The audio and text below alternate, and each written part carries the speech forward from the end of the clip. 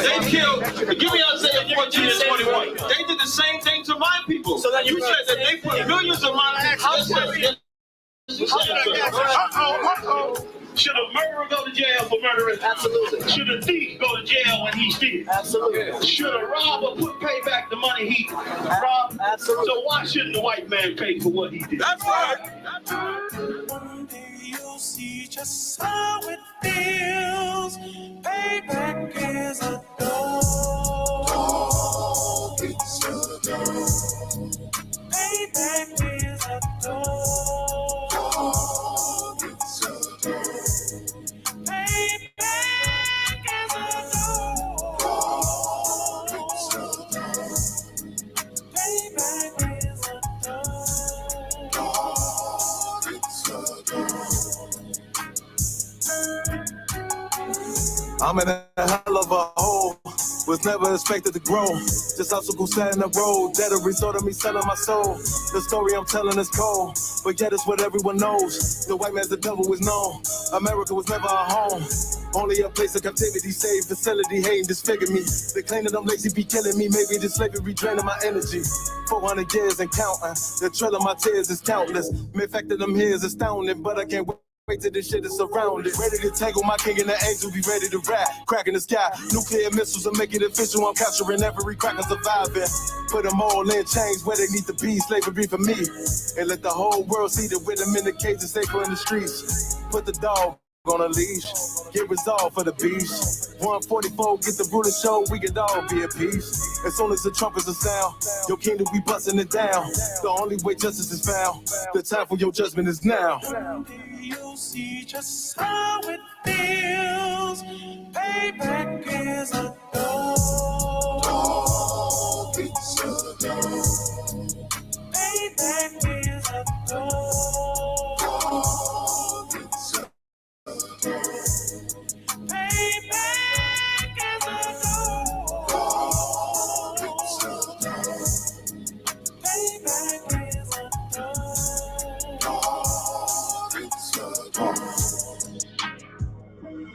Look, ain't no remorse in my blood slim. It won't be no compromise. Now it's time to feed the worms. Watch his body turn to flies. I clutch iron while you trust the lies. The next Glock I buy gon' be Gen 5. I can get it customized. And sending shots off like farewell. Praying people back, come back around like a carousel. Still remember YAHANNA's words ringing in my head like bells. Said you in his body, you fit the Lord, fuck the cartel. Triangle choke, apply pressure to the game like I did Vondale. Payback's a bitch in a dress, she a bombshell. Vengeance is served cold, I just hope they make an oxtail. Glock fresh out the box, I swear it got that new car smell. Made myself a target in the world of mad shooters. That was designed fire for our babies to pay. And steward in the day of our king's reign, I'll be overzealous. They bought my jealous, I'm for a brand new pair of bellows. One day you'll see just how it feels. Payback is a dog. It's a dog. Payback is a dog. It's a dog. Payback is a dog.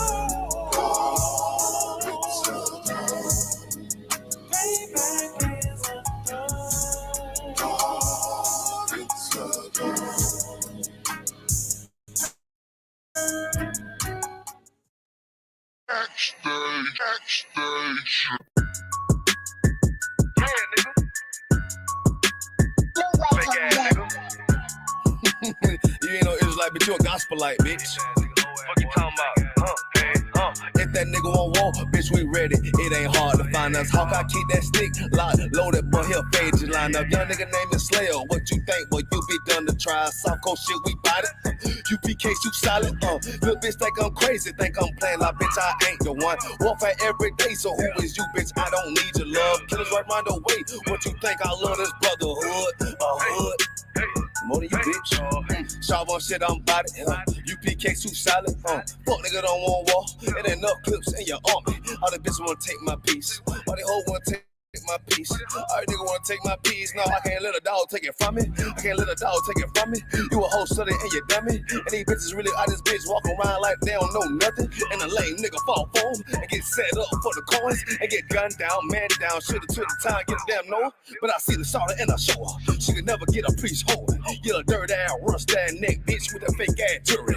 In Tennessee while I'm touring. It's a Tennessee, but she luring. And a sucker duck bitch ass boy fuck nigga over that bit mug. And I say, if that nigga on wall, bitch, we ready. It ain't hard to find us. Hawk, I keep that stick locked, loaded, boy, he'll fade you line up. Young nigga name is Slayer. What you think, boy, you be done to try. South Coast shit, we bout it.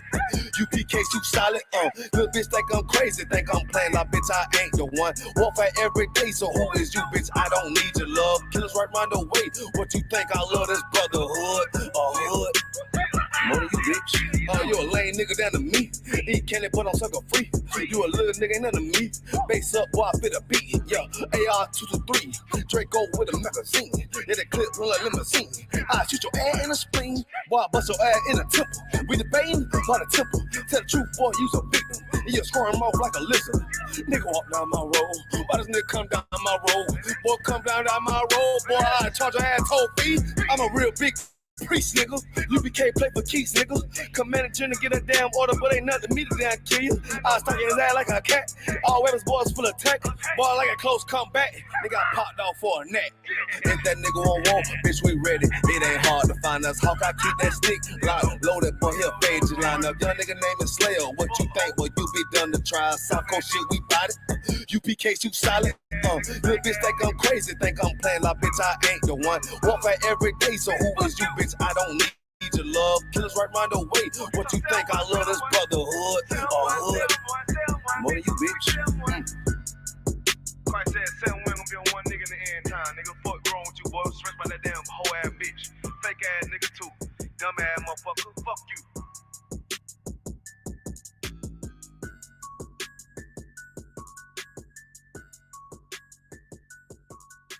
Backstage.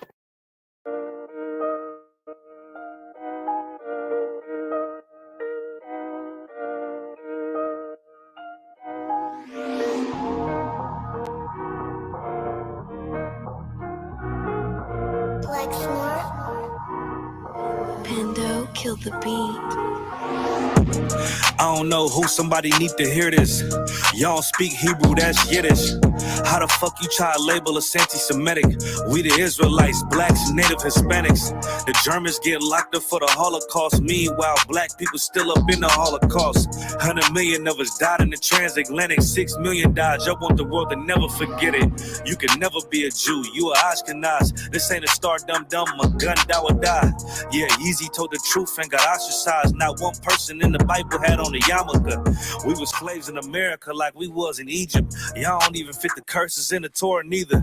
Y'all was blind to the truth. I had to make it clear how Jerusalem, your land, your people came from Europe. That was 1947. Your menorah got 9 sticks. It's really only 7. Yeah, it's us against the world. Armageddon. This what happened when you inherit lies from your ancestors. Y'all the synagogue of Satan with them black hats. Your whole nation sitting ducks, Aflacs, bunch of thieves and culture vultures ain't nothing kosher. To tell the truth, you vagabonds don't have a culture. Macedonia, Alexander and Philip, you a convert, so tell me, how the fuck is you Israel? That don't make you the people just cause you live there. Why my people can't hate your people like y'all hate Hitler? All the prophets was black and was called nigga. Y'all don't even fit the description that's in the scriptures. Abraham, all the way down to Jacob, we the real Jews. Y'all don't study Christ, y'all follow the Talmud. Keep it real, yeah, let's keep it real. Cold heart, true fear, give you chills. Say y'all Jewish cause y'all ain't really them. About to do them like Hammond, it's the Feast of Purim. U.P.K undefeated, this an easy win. We was born fighting, y'all the evil twin. Jacob took hold of his heel, then out came his little red bastard and they kosher deals. It's only 12 tribes, y'all trying to make it 13. Esau despised his birthright, the Lord cursed him. He ain't the devil who is, I'm still searching. Ask your rabbi, why he get them babies herpes? I don't know what's worse, that or you claiming that you a Maccabee. I'm about to cancel, everybody try to cancel ye. I ain't afraid to speak, that's what I do. They riding to the core, I'm just judging them by their fruit. Cause they ain't suffering verses. If I was carnal, I promise I'd punch you in person. I know that's an uncomfortable subject. They making millions off our culture and black people suffering from it. Yeah, they don't believe in Christ. They the Antichrist. Make a living off of niggas. They're a parasite. I ain't afraid to tell the truth. Niggas terrified. I'm about to go DEFCON 4. I ain't satisfied. That is proof. That is absolute proof that they know we are the real Jews. That's absolute proof. Now you got the records. Go find me a white Jew on any archaeology in Egypt anywhere. You will never find a piece of archaeology with white people as slaves in Egypt. So don't tell me that they were slaves and it's their identity, and they know it. And another blasphemy of them, that they are Jews. The Lord knows the blasphemy of you so-called white people that say you are Jews and you are not Jews. You are not the people of the law. You are not God's chosen people. God's chosen people are living in the ghettos of America. God's chosen people are in poverty and depression in the streets of America. God's chosen people are walking around in America with no identity. That's where God's chosen people are.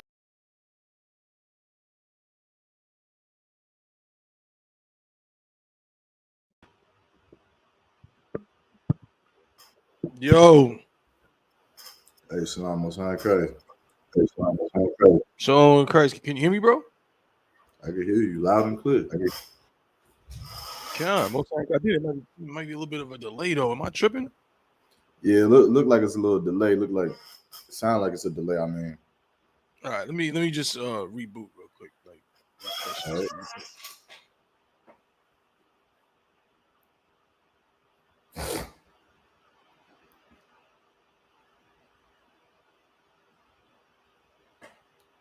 This ain't no star dumb, but done, da. Keep it real, yo. Let's keep it real.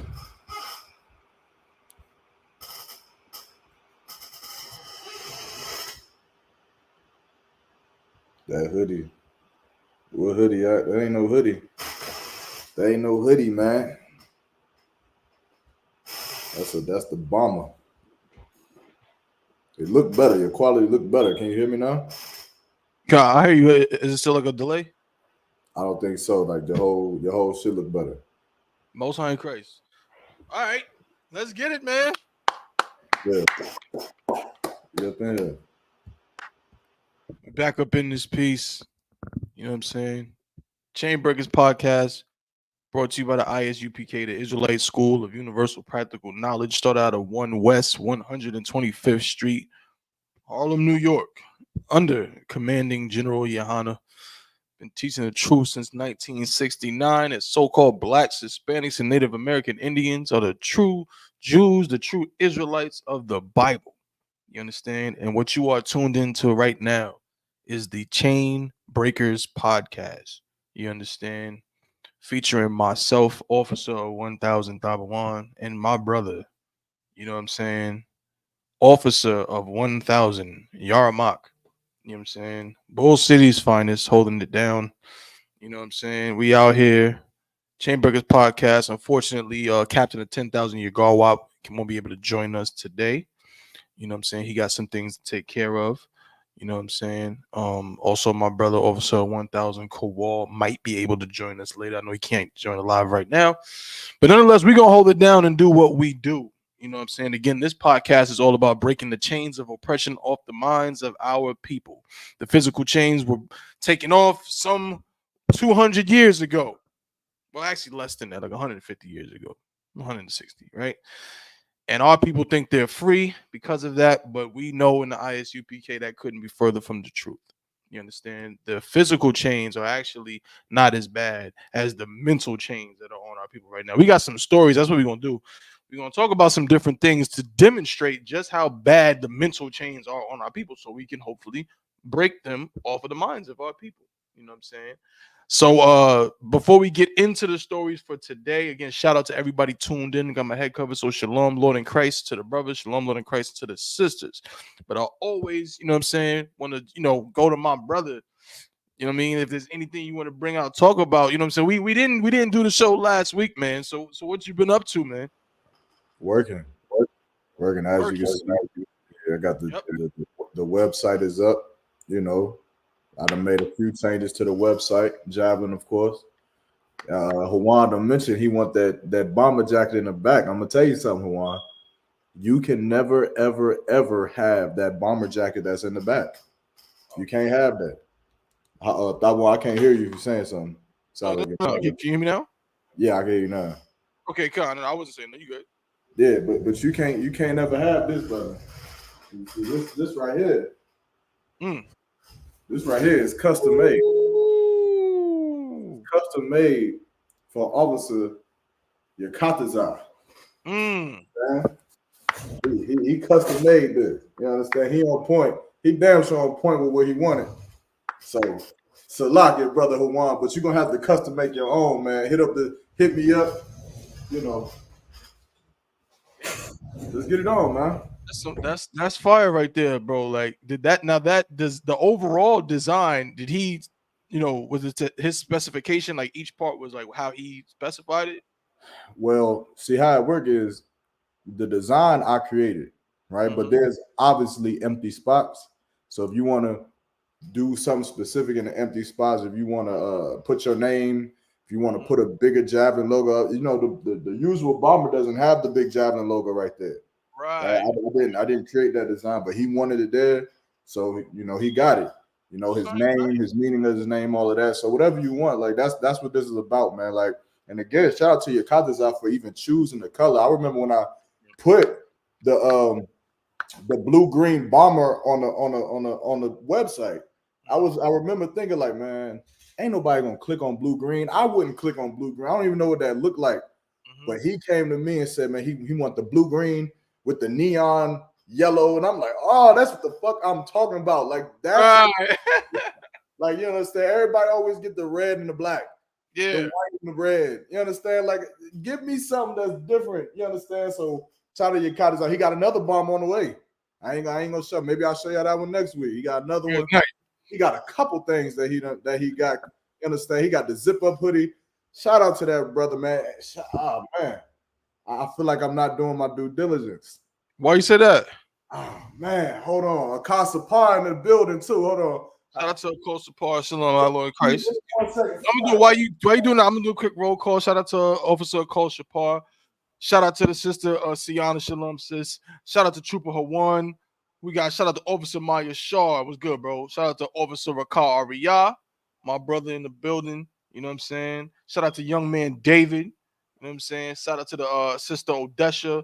Shout out to your Parana. Shalom, sis, Lord in Christ. Like I said, got my head covered. You know what I'm saying? Shout out to Sister Chelsea, man. Of course, Eastern Carolina is up in here, as y'all always do. You know what I'm saying? Representing.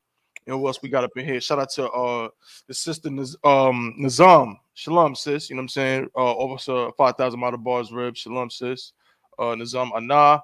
Who else we got up in here? That's it for now. You know what I'm saying? Up in the comments, you know what I mean? But appreciate all y'all for tuning in. Now, what you got, y'all, because I got a comment in a second, but go ahead, what you was about to say. Shout out to Yagadar, man. Obviously, Yagadar from VA.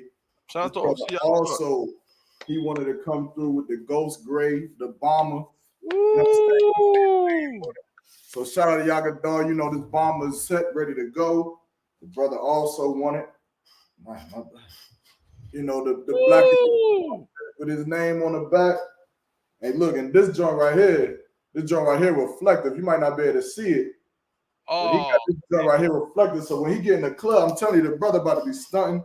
The brother also got the season 3 hoodie. But he wanted to, you know, put his name on the hood, man. So we got him situated over here. Damn, his name on the hood, Yagadar on the front. I'm telling you, the brother's about to be stunning. He got the bragging rights so far, but both of these brothers, the Katazal, Yagadar, man, shout out to both of y'all. Yeah, no, that goes yo, everything's crazy. First off, I can't let you say all of that without talking about the shirt, bro. The redemption shirt, bro. Come on, man. Yeah. Come on, man. Oh, good night. Man. This is like the brunch special. You understand? That's the brunch special, bro. That's the brunch special, bro. You throw that joint on with the G Fazos, it's over. That's it. That's your fit right there. You good. You know what I'm Hey, saying? that picture of Kevin Hart. In there, bro. Say what? Hey, you remember that picture of Kevin Hart? He's like, Yeah. yeah, oh yeah, yeah, man. Right. Yo, Bro, special. Come on, man. like that's it right there. First of all, the shirts, like what you like, what do you call them joints again? Like that's like you always say, like that's like the designer shirt type concept, right? Yeah. So this definitely came out of the season 3, the redemption, the redemption tour, the redemption season, whatever you want to call it. But I started off with the heavyweight, oversized designer shirt. That's more like the Kanye style. But this is still like the design is still heavyweight. The quality, now this is the quality. I'm telling you, the design is cool, but the quality of what I'm wearing right now, you don't never want to take it off. You don't ever want to take it off, man. So that's really what it is. Check it out. You understand? This isn't on the website yet. It will be tonight. But yeah, man. So that's it. That's it. We got a lot of things coming. No, bro. I got some more things to show y'all too, but I'm gonna wait till next week. Shout out to Officer YAHANNA, the Javelin. You know what I'm saying? We are extremely proud, you know what I'm saying, this brother's work, you know, here on the Chainbreakers podcast. You know what I'm saying? Of course, as y'all all know, you know what I'm saying, YAHANNA is my tool. That's like, you know what I mean? That's my guy, my main man, my brother. And he doing his thing, man. And y'all, I'm so glad everybody's actually, you know, embracing it. You know what I mean? Oh, that's something else that's going on, something? It's a sneak peek. Since Apostle, he came in here and gave me a good idea, man. Shout out to Apostle Paul. This is a sneak peek. I ain't gonna get into it. This is a sneak peek. Sneak peek. Ooh. That's all you get. Don't get it. That's enough, bro. That's all you get.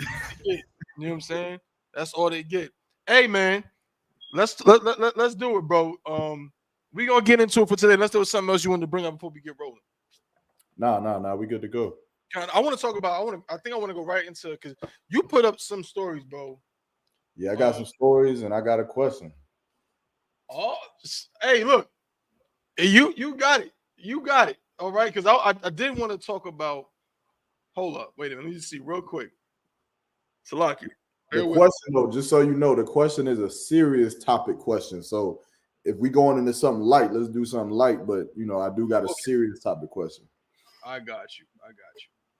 Well, okay. Would you consider the one with the sororities? Would you consider that kind of light? It's a little bit lighter, right? But I mean, it is serious though. But it may not be serious for us because, of course, we all want West for the most part. Exactly. You know. So I want to what you think? I think we can start with that one, with the sororities. I think we can start with that one. Yeah, we can start there for sure. Yeah, let's start with the sororities, because this is really reason why I want to start there is because, amongst other things, it's intriguing to me because I have no, how do I say this? Like, I don't have much experience with Black sororities and fraternities, except for from movies. You know what I'm saying? Except for Drumline, kind of. What's the other one Black people love? Stomp the Yard. You know what I'm saying? What's the one from the 80s? School Days. That's all I really know about it. You know, but it seems, especially down south, the HBCU culture is crazy. And me and YAHANNA have talked about it a few times. He had to put me on. We actually just did a little bit of a mission. He wasn't with me that day, but I was on the phone with him. We did a mission up at North Carolina Central. And I'm over here talking about, oh yeah, man, I'm over here. There's like a big open space, bro. Yeah, man, I'm over here walking. And he's like, hey, yo, bro, just be careful not to step on nobody's plot. I'm like, the hell are you talking about? He's like, you see them like rocks and like you'll see like little things written on or whatever. That's like the plots of the different fraternities. If you step on them in any way, even by accident, if you fall on it, there's going to be an issue. I didn't know nothing about it. So it seems like this whole, you know, HBCU thing, especially with the fraternities and sororities, is extremely like serious to them, right? And recently there's been some developments. You know what I'm saying? The sister said definitely can't step on the plot. I'm telling you, like, I don't know. I mean, I guess they would have jumped me or something because I didn't know what a plot was. I didn't know. I just saw some grass. I was about to just walk on it. Yarmak was like, no, don't do that. You know what I mean? But this story that just came out, you know what I mean, about these sisters, I think is really interesting to have this conversation. So if you can, Yarmak, you can just play what you showing on the screen. You showing the plots and all that? Is that what it is? What's this? I think you might be muted, bro. So like I was, yeah, but that's central. That's the plot that you was at. Yeah, yup. But it's like the sister said, they're really noticeable, so I don't think you would step on one. Here's the thing. I probably wouldn't, but it's one of them things more like once he told me I couldn't step on it, I kind of wanted to do it. You know what I'm saying? I didn't do it, you know what I mean? Because I don't want to don't do nothing crazy. But he was like, no, you can't step on that. I'm like, what you mean I can't step on it? It's grass, bro. But he's like, nah, like it's like somehow it's like their thing or something. It's like this considered disrespect if you walk on it, whatever. You know what I mean? But when he said that, I'm like, I never heard of that. So it was crazy to me. But yeah, so this is exactly where we were. And me and a couple other brothers, we was gearing up for the mission to McDougal. Y'all brothers is disrespectful. I want to step on one too. Bro, listen, I'm saying I'm not gonna do it, but it was one of those things where it's like, what you mean I can't step on this grass, right? Is this special grass? Like, so, but no sweat, right? But again, Yarmak the water has a lot more insight, you know what I'm saying? Being in school now, and you know what I'm saying, and over the past few years or whatever, he has more insight, especially into this culture, because I went to school, of course, where I'm from in New York, and there's no HBCUs where I'm from. So they have fraternities and sororities, but I'm just gonna keep it real with y'all. If anyone else in the comments, if you went to school anywhere else, certainly in the Northeast, I can't speak for like Midwest, West Coast, but if you went to school up in the Northeast, sororities and fraternities are there, but it's just not that serious, at least from my experience. But down here, it's a way different scenario, right? But yeah, if you want to can you cue the video? I mean, I could probably get it. I just figured you might have it already. I got it on your side. Yeah, if you could cue that video, and I want to know what people think about what's going on with this situation, because it's actually we've been talking about the sororities and the fraternities for some time on this show. You know what I'm saying? So I want to know what the people think. It's like playing with fire. My mom and he said five. Yeah, it's a one. Playing with. Let's see, he gonna make me step on it. He gonna make me go step on the plot. I've actually been on the plots before, but that's a different story, nonetheless.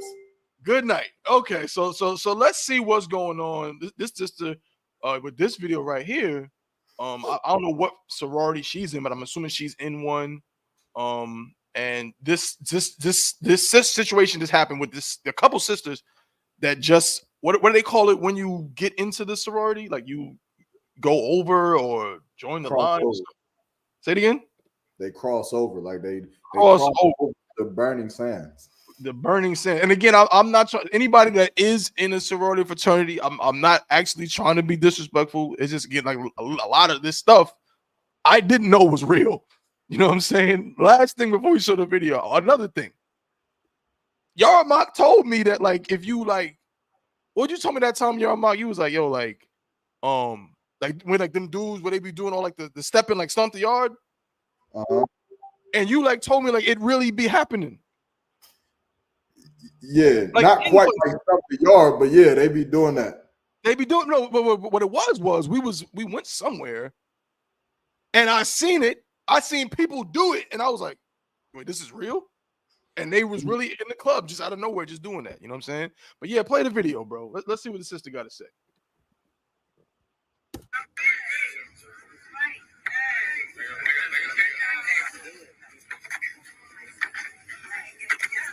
I remember seeing this and having mixed feelings. First, I was so happy and proud. Wow.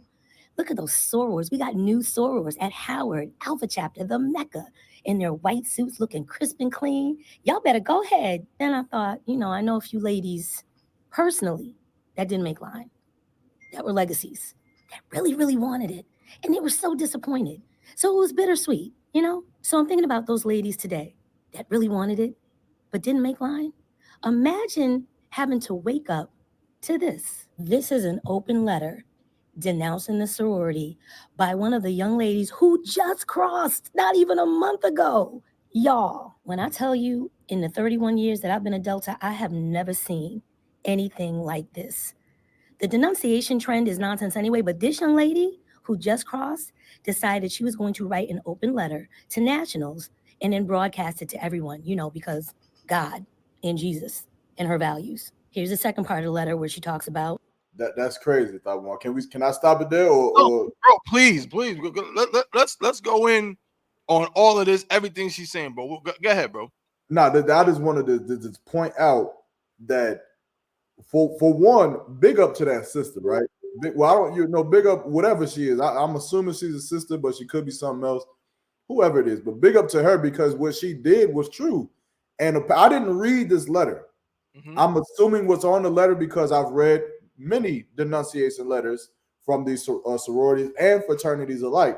Mm-hmm. But I just wanted to point out that how she just made a mockery of the Most High. Mm-hmm. Like this woman, this girl, she left this sorority because of God, of Jesus, mm-hmm. and her morals. Mm-hmm. And she made a mockery to just kind of just downplay mm-hmm. why she left this sorority. She didn't say God and Jesus and morality is in this fraternity, so it doesn't make sense to leave it. She just kind of like, oh yeah, you got morals, so you're right here, yeah, blah blah blah blah blah. That tells me something. That's right. That tells me that she knows that mm-hmm. God, Christ, and morality is not in them sorority groups. That's right. And she's just bitter. Right. A woman chose God, Christ, and moralities over that sorority group. That's right. That shows me. That's what that tells me. You had something you wanted to say? No, bro. No. You right on time, but I noticed that same thing. You know what I'm saying? But nah, you can keep going with it. This is interesting. Like you said, like how she's talking is weird. But go ahead.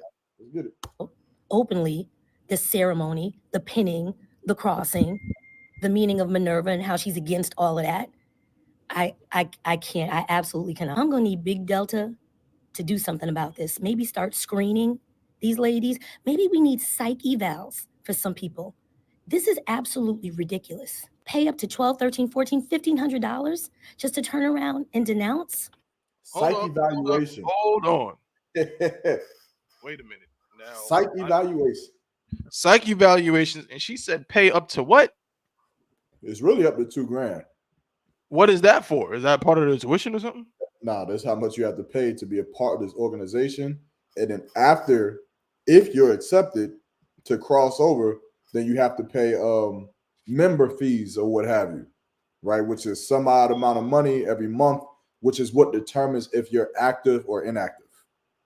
Hold up. So you're telling me that people who get into these fraternities and sororities have to pay to get into them and then continue to pay to be considered an active member? Absolutely. The sister said cap is here, pay up to $3,000. Yeah. That's why I said 2,000 more or less would be the median number. Okay. So I'm gonna ask a very obvious question, a glaring question in relation to this, because again, like I said, this whole culture is so foreign to me. And I'm not trying to insult nobody, but I'm trying to understand. What is the point of this? Like, okay, like I know why I'm in the I.S.U.P.K because, I want, I knew where to go to learn how to follow the Most High. You know what I'm saying? I want salvation. You know what I'm saying? I don't want to die being a sinner. So I went to the priests and prophets of the Lord and got with them so I can do the work of the Lord. So Lord willing, he'll see what I do. You know what I'm saying? And, I'll be good, right? And also my family and those, you know what I'm saying? And also I love my people, Blacks, Hispanics, and Native Indians, right? Why do people join sororities and fraternities? Now, again, that's a very broad question. I know it's probably different for different people, but can someone give me some of the basic ideas, or Yarmark, as far as you know, like, Yeah. What do people going for with joining these for sororities and fraternities? So now, are you asking for the truth and bottom line basis, or are you asking for the average nigga in college, what he thinks he's getting? First, I want with the average nigga in college or the average sister in college, what they the kind of wide-eyed, youthful answer, then the truth. Okay, well, the sister said what I would have said first. We could put her on the screen.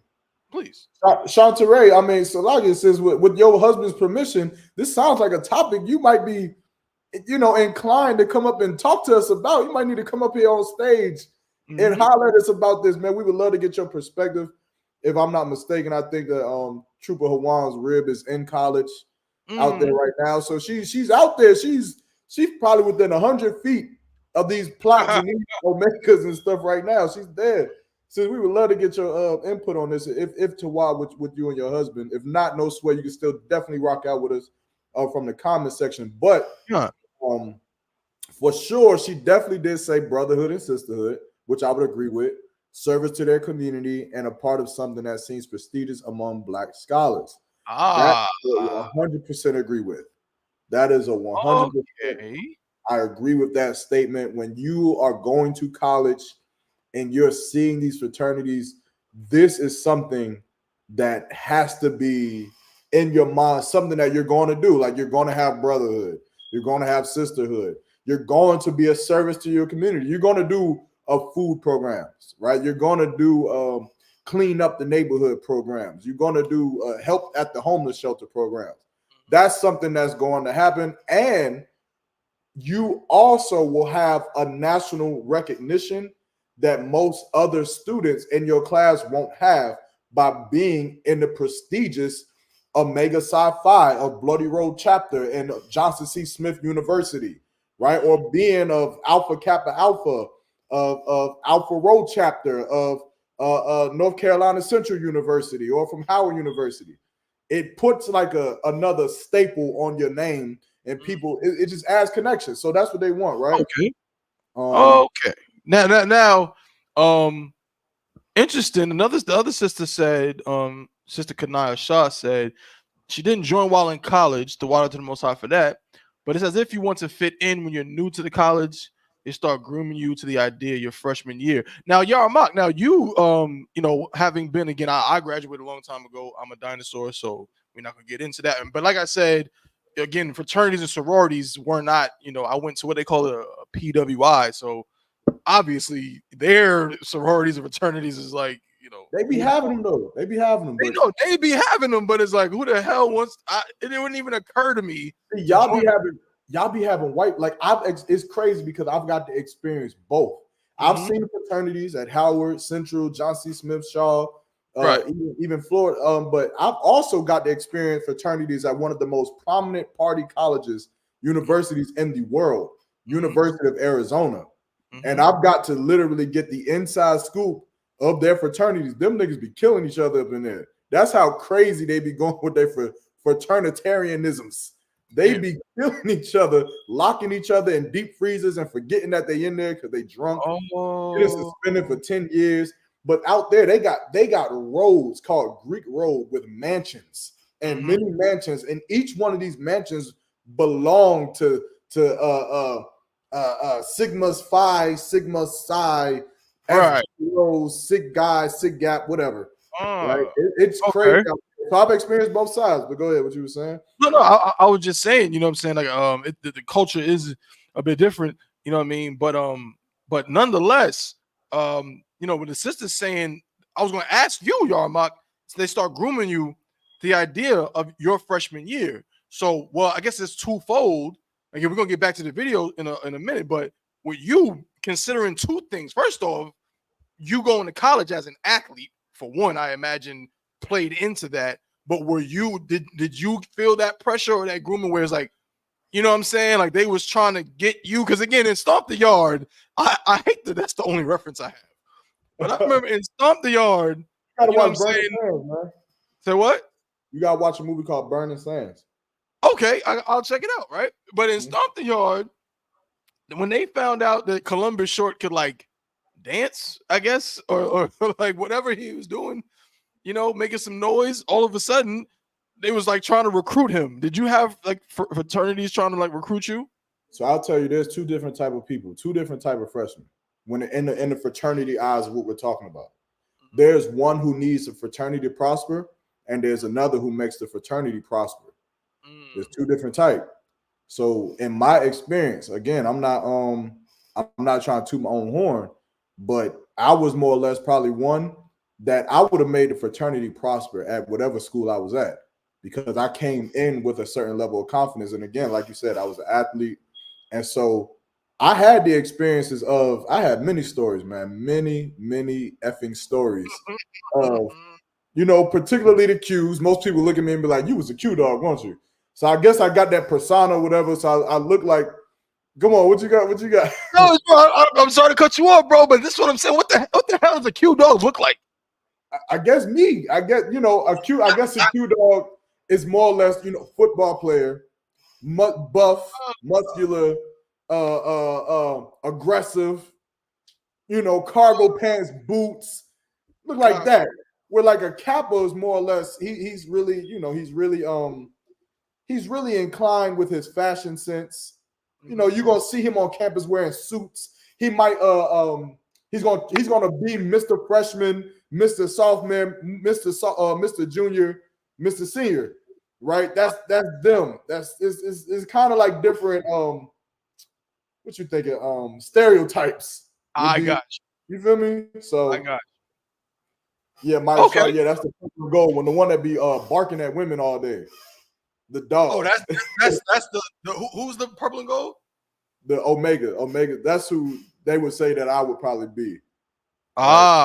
Is that the one? Like, there's like is that what's the one where they like it's like the oldest fraternity, like black fraternity ever? That's like the most. If I'm not mistaken, the oldest one is either gonna be Alpha or Omega. If I'm not mistaken, I think Omega was 1911, one of them 1908. Now, back in college, I knew these numbers off the top of my head. I knew the founding fathers from Howard University, all four of their names, what their messages were, what poems I had to learn. I ain't gonna say too much because I don't want to get embarrassed, but just know that they had me into it. It's Alpha. Okay, you, bro, Alpha. This is such an intriguing topic that I feel like we could probably do several. So look at the comments, like a lot of people say they into it, right? I'm telling you, like I appreciate it because I didn't know none of this. So seeing how entrenched this culture is, and again what people I'm glad to see people's perceptions of it and so on. You know what I'm saying? It's amazing. I want that guy, bro. No, I was saying to her comments, she said, in all actuality, all organizations and group work that way, they benefit you and you benefit them in a way. But I'm gonna explain how these organizations are a benefit to nobody. They're not at all. I'm gonna explain, right? But nonetheless, and then the other sister Kanai said that Q dogs are more hard and Kappas are called pretty boys. Deltas was the professors and the AKAs were like the pretty girls. Right, the Deltas were like the dark skin back in the day, right? If you're dealing with colorism, Deltas were the dark skinned girls. They worked hard and all this, that, and the third. And the AKAs were the pretty bougie girls, right? They was pretty. They had so that's what Spike Lee got the idea from School Days from. You ever see School Days? Yeah. He definitely got it's a stereotype, right? Okay, crazy. And then you got all the other ones that just kind of. The iotas are like the least respected on the yard. Nobody gives a fuck. You probably could have stepped on an iota's plot and everybody would have been like looking at you. They probably would have looked at you and been like, damn, we ain't had an iota on this campus in 2 years. It can happen like that. So, but yeah. Okay. That's insane. Okay. So I follow you now.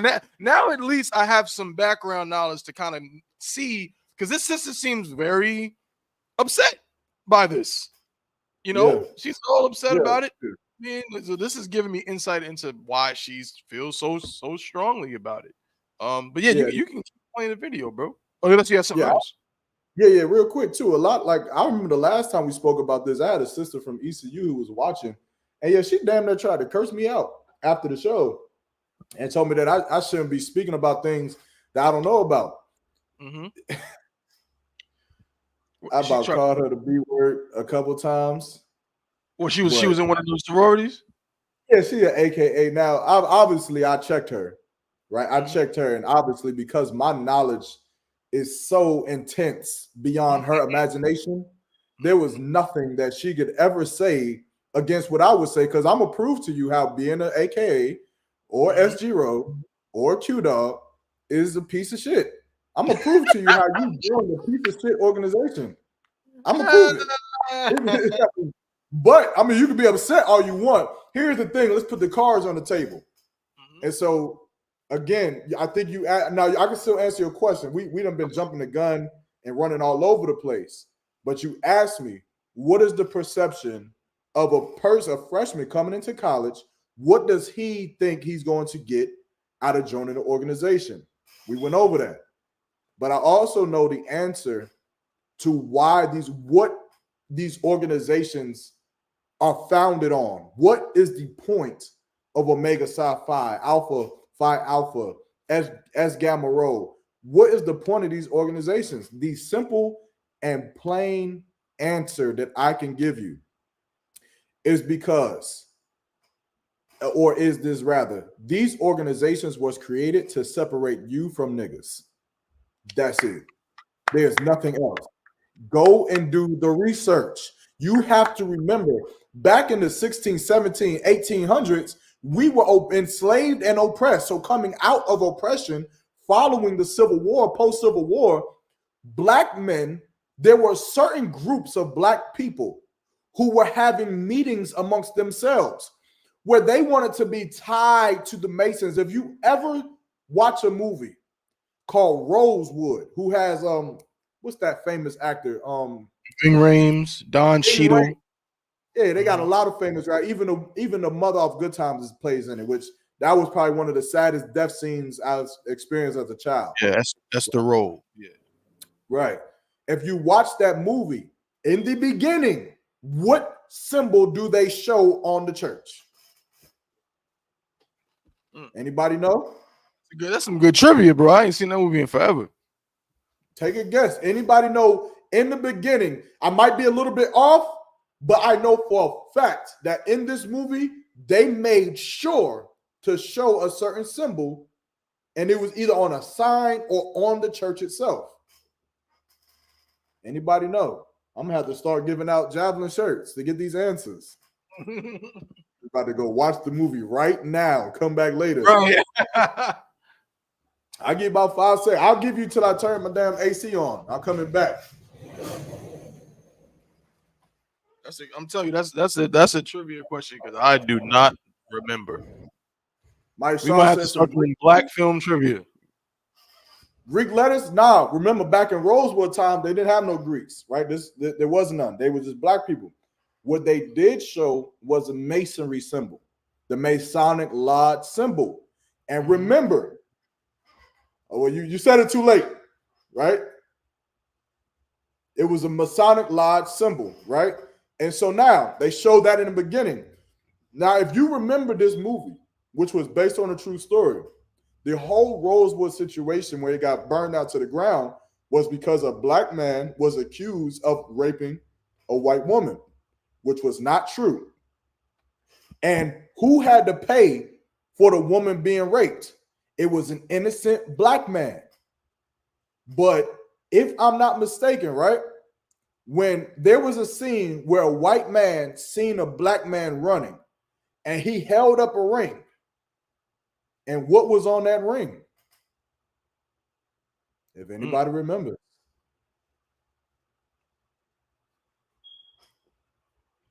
My recollection or the timeline of the story of how these events actually happened may be off, but I know for a fact that they made emphasis on this symbol. Again, for time's sake, it was the Masonic ring. It showed that white dude that this black man was a little bit different than the rest of the niggas. So he deserved a little bit of leniency, right? He deserved a little bit of leeway. Now, I say that to say this. Going up into post-civil rights, when all of these things are taking place, now people are leaning, certain black scholars and educated men, they're leaning more towards Masonic lodges and whatnot. They want to gain information because Masons believe that information and knowledge is what gives you power amongst regular people. That's what they teach. And so now black people believe that the more knowledge and the more information they gain, that it would separate them from being niggas so that they didn't have to get spit on, so that they didn't have to get mistreated, so that they did not have to be identified with the rest of the niggas that were in the plots. And so now from there, they start to create, in the early 1900s, they start to create these fraternities. And these fraternities are to do what? They're not to breed up black excellence. That is a lie.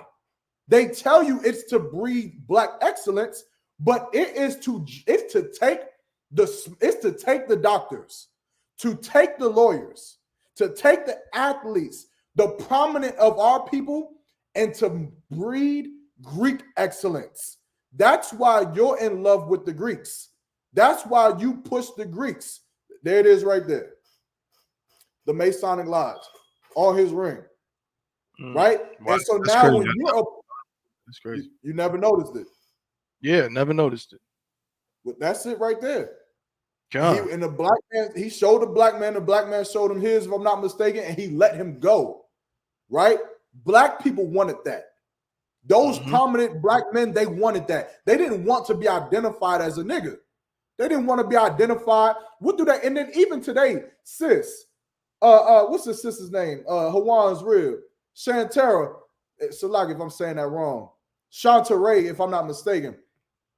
What do fraternities and sororities, what do they call everybody else that is not in a fraternity or in a sorority on campus? It's a three-letter acronym. If you can understand this, then you know that what I'm saying. You know that what I'm saying is true. Skull and Bones? No, they don't call them Skull and Bones. If you're not in a fraternity on that campus, they call you something different. If you've seen Burning Sands, then you've seen it. There you go. What does that mean?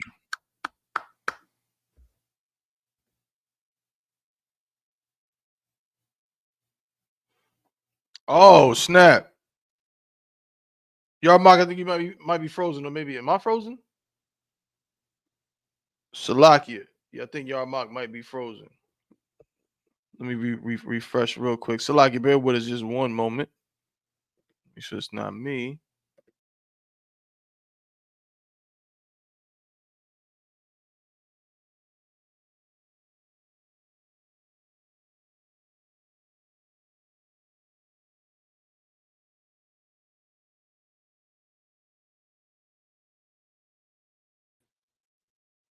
Okay, Con, you sister said y'all can hear me.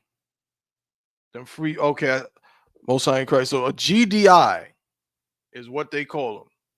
A goddamn individual. That's crazy. That's crazy, but it doesn't surprise me at all. And I'm gonna say this too before obviously our mock, you know what I'm saying? I'm sure he'll be back in just a moment.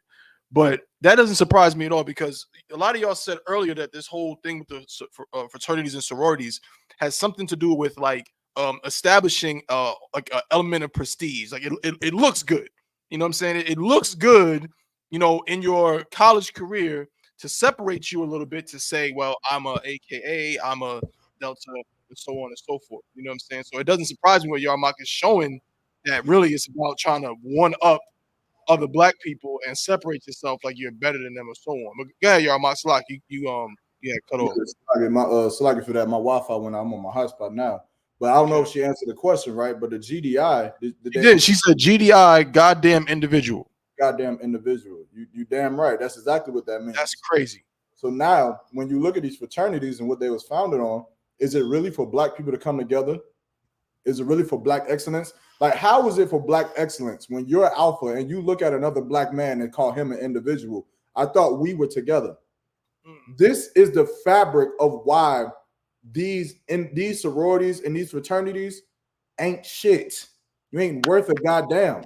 You know why we have to come in the Israelite School of UPK and go to McDougal Terrace to feed McDougal Terrace, to offer up felony expungement programs?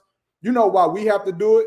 It's because of your sororities and your fraternities. That's why we have to. They are the root as to why our people cannot prosper over the prominence of our people. Y'all are so fucking brainwashed. You're so fucking dumb. Right. You are so fucking stupid. You believe that because you're a doctor or you're in college and you're a nurse or you're a basketball player at your college and you're prominent, you got a 4.0 GPA and you're this and you're that, you believe that should separate you from the rest of the black people who work as garbage men, who work as career criminals, who work at McDonald's flipping burgers. You believe that you're separated from them when you can't even fathom the idea that everybody can't be a fucking doctor, you stupid bitch. Right. Everybody can't be a doctor. Everybody can't be a lawyer. Everybody can't be a judge. Everybody cannot have the brain or the concept of gaining knowledge and going to college like you do. Some of us are prominent. You understand? Some of us are warriors. You gonna look? I'm gonna look at you differently because I can kill 30 people and you can't. Right. No, I have to take my skills and do what, Tabawan? I have to protect those who can't fight.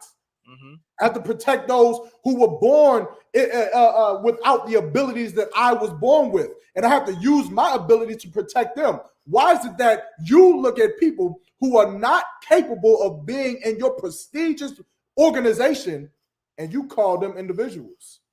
You say that they're alone, they're by themselves. You should be helping them. You should be taking your doctorate degrees and going to McDougal Terrace and helping those who can't help themselves. That's right. However, the reason why you won't do it is because being in a fraternity has nothing to do with black excellence. It has everything to do with your excellency, which is your Greek predecessor. It's your Greek honors, your Greek gods. That is who you make excellent. That's why you'll fight Tabawan if he stands on a plot. Right. You know how Tabawan, I cannot wait. I cannot wait. And I hate the fact that black fraternities are so indulged into masonry that they practice a certain level of secrecy. I cannot wait for you black fraternities to grow some fucking balls and get on the fucking stage and debate this cause. And you never will, because you know that imagine a fraternity whose black excellency jumping out a brother. They jumping him because he stepped on some grass. On some grass, bro. And you're gonna jump him half to death. That's black excellency. You know what? I wonder if I could find a video next time at one of y'all colleges when y'all see a black man or a black woman step on the grass and the fraternity jumps them or something. Y'all need to take the iconic picture and send it to me because I'm gonna make a shirt out of it. This is black excellency, killing each other over some Greek. We're not Greeks. You understand? That's not us. That's why Second Maccabees to life in 16 or 15 says not setting by the honors of their fathers, but liking the glory of the Grecians best of all. You don't care about your forefathers and what they went through. You don't care about that. But what you do care about is being like the Grecians, man. This is Tabawan, this is deep. This is deep. This is a deep rabbit hole that a lot of us we try to ignore because being a Greek is so popular, just like being a Roman centurion 2,000 years ago was popular. You join yourself to the Greek or to the Romans so that you can be separated. So they look at you and say, "Oh, he's one of the good ones." Right. Good ones. He's not one of those niggas. He's a black man. That's what Greek fraternities was founded on, man. That's it. You understand? The sister said, is there scriptures about these groups? I just read it. I'll read it again from verse 14. Right? This is 2 Maccabees chapter 4. I'll start a video while you're reading, bro. Come on. You gonna play the video? Yeah, it ain't gonna interrupt you. I just want people to see this crap in the background. Con. I got you. So this is 2nd Maccabees chapter 4. I'm gonna start at verse 13 in the Apocrypha. There's no switch. I'm gonna read it again for you. It says, now such was the height of Greek fashions and an increase of heathenish manners. What Tabawan is playing is heathenish manners. But this is the height of all fashions. Look at the suits, look at the canes, look at the way that they move, the way that they dress. These are the Greek fashions and the increase of heathenish manners. Through the exceeding profaneness of Jason, that ungodly wretch, and no high priest. You know who Jason is? Jason is Howard Ward.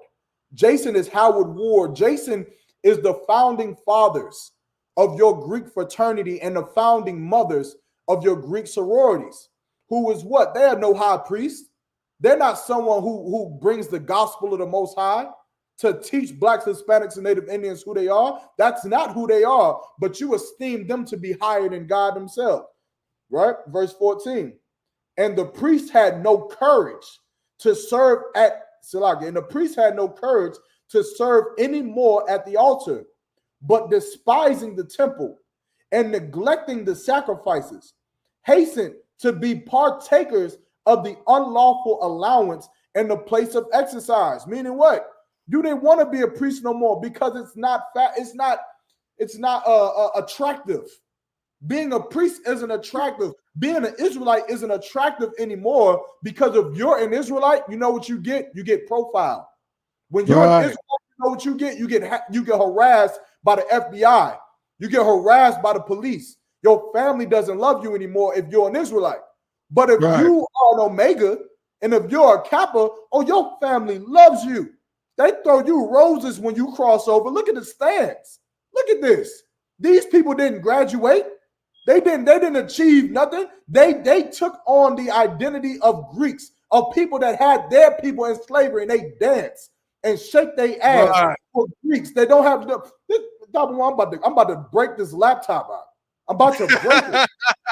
It's so damn stupid. They are shaking their ass. Show me a white person. Show me a Greek. Who's in there? Where the Greeks at? Where the Greeks that's in there? None of them. And correct me if I'm wrong, Yarma, but if my dumb, you know what I'm saying, green self was to accidentally walk through this, I'm gonna get, you know what I'm saying, assaulted, correct? Yeah, well, not you. Of course, you in the Israelite school at UPK. Well, not not me. You know what I mean?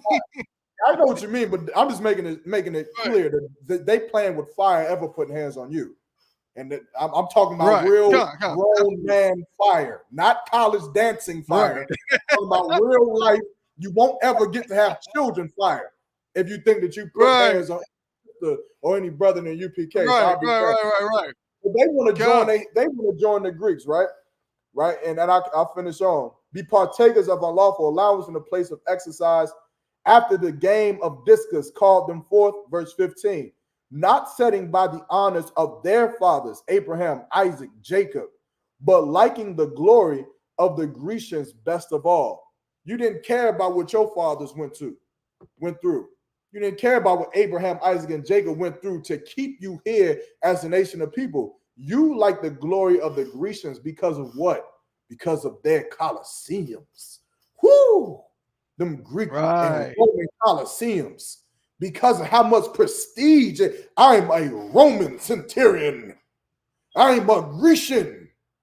You want to be that rather than be like Paul. Look at this. This is nasty, man. And again, if you had a line of old ass Greek men sitting here waving you on and clapping you on, I might not have as much to say. But all I see are niggas. This has to be some form of mental illness. This has to be. Imagine a bunch of gazelle dancing in line, talking about some we lions now.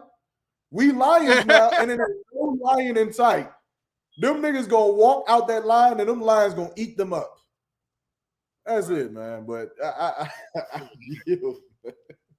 Yeah, this is gay. This is an interesting thing we're dealing with here. I want to finish the other video in just a second. You know what I mean? But yeah, bro, like this is crazy. You know what I'm saying? The whole Greek thing, then the seriousness, and again, we're gonna get into it with the other video, but there is almost, which I never noticed before because I wasn't privy to it.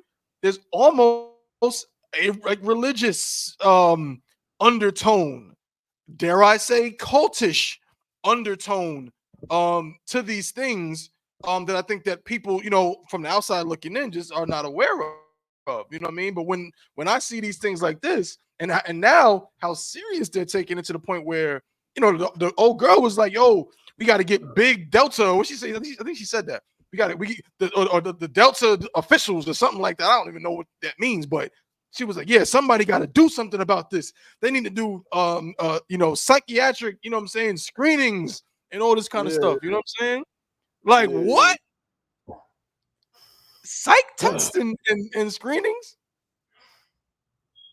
Yeah. Hey, share this live with all your Delta friends and all your sorority friends. Like, share this with them. And if they get mad about it, tell them to call me. We can set something up. Con. Absolutely. And you know, it's fun. Know what I noticed too, bro? And we gonna get to the video. So like, but this is such a great topic. It's like, yo, what can you do? But one thing I noticed, and you, if I'm wrong, let me know. There is, going back to what you said before about like the stereotypes. Mm-hmm. I'm gonna ask this question. I'm gonna ask you, and I'm gonna ask the brothers and sisters who tuned in, who watching, if y'all are familiar with the HBCUs, fraternities, all that, sororities. It seems like there's a very shallow element to the selection process of who gets into these sororities and fraternities. And what do I mean by that? It almost seems like certain, like, okay, like what's represented within the AKs or AKAs, it seems like a kind of almost like a what's the word? Not a stereotype, but there's another word that's similar. Almost like every sister can't get into the AKAs. And like they like, you know what I mean? Like they're selecting sisters for certain reasons that don't seem like that's the reason why they should be selecting them. You know what I'm saying? Yeah, they got selective processing, but they set it up in a way that every brother and every sister is not going to go through. Because the things that you have to do to be involved in these organizations, every brother isn't going to go do that. I'm telling you. Right. I know. That's why I can't wait. I cannot wait for one of them to step forward because I know what you did to be a Kappa. I know what was required of you. I know what you did. So just step forward. I'm telling you, bro, but I'm just looking at some of these niggas in these suits, bro, and they like the one video with them cats in the suits with the turtlenecks and they doing all these freaky moves. It just looks so much like, it looked like church. You know what I'm saying? Like it looked like pretty church niggas. It's all Christianity. It's all Christianity, but these Christians believe that they're on a higher level than others, than the other Christians, right? It's like a platform level of Christians who believe that they're closer to the white man than not. That's all. That's it. That's all it is. Good night. Yeah, but I know what you did, though. I know what you did. I know you're proud of that Kappa, Alpha Kappa stick that you hold in your hand, but I know where that stick went. I know what it did before you can hold on to it and swing it around, you swingers. I know what you did. You wanted to be in that Omega. You barking at them women. You are reflecting all of this aggression to them women just to get something off your chest. And I know what you did. I know what you did. Now you want to bark at women. I understand. I get it. It's no sweat. Hey man, if I went through what you went through, I'd probably bark at women too. I'd probably become a dog too. But just don't worry about that, man. Coming to the Israelite School of UPK, we fix trauma. Absolutely. Oof. Is there any more on that video with that sister? Because I wanted to see some of what the sister said in her letter. Okay. I mean, unless you wanted to go to something else. No, man. Look. Yeah, because she said something in that letter, man. Yo, I'm ready to do a lecture and hold the lecture at Central and put flyers all around campus. I'll do you one better. Pause. Let's do the lecture on the plot of. We're gonna do the lecture on that plot. You know what I'm saying? Okay. Let me see. Kanai said the college I attended, you couldn't join until your junior year. They watching every move, and you could be rejected. You never know why. That's true, right? They started recruiting me at my college when I was a freshman, right? Had me set up with a whole man who's been online for 3 years, teaching me the steps, telling me that we can't walk on grass, we can't use condiments on our sandwiches, on our burgers. Wait. Salakia. Condiments on. Wait, bro. Can you repeat that? You said who told you what? Yeah, we can't walk on grass. Who told you this? Luke from Bloody Road chapter of Omega Psi Phi at Johnson C. Smith University. Yeah, nigga, I'm calling you out. You said, nigga, if you watching this, you know I'm telling. I'm a fucking whistleblower. You cannot step on any grass anywhere. Yep. You couldn't put no condiments on your sandwich. Gonna put mind you, I'm a freshman, so I'm not supposed to be going through any of this. I'm supposed to be able to walk on all the grass I want. But I guess because of my build, my size, I'm gonna put it like again. This I know me and you thought about we've had these stories, but I used to have a brother that I met out there named Mike. I got so many privileges for whatever reason. I don't know why it happened. Again, I'm not gonna just speak about it too much, but he used to call me a god. He used to say, "Man, you like a god on campus," and I'd be like, "I guess."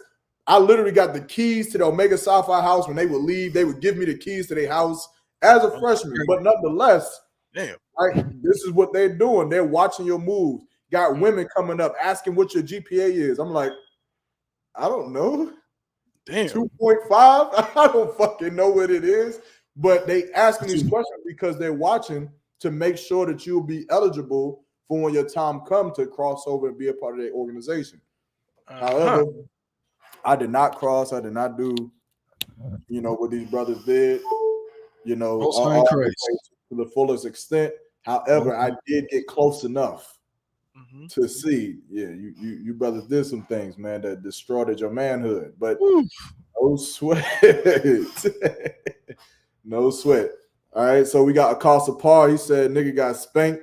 Look like the nigga from IUIC, Deacon Greeter. Yeah, for sure. He definitely got spanked.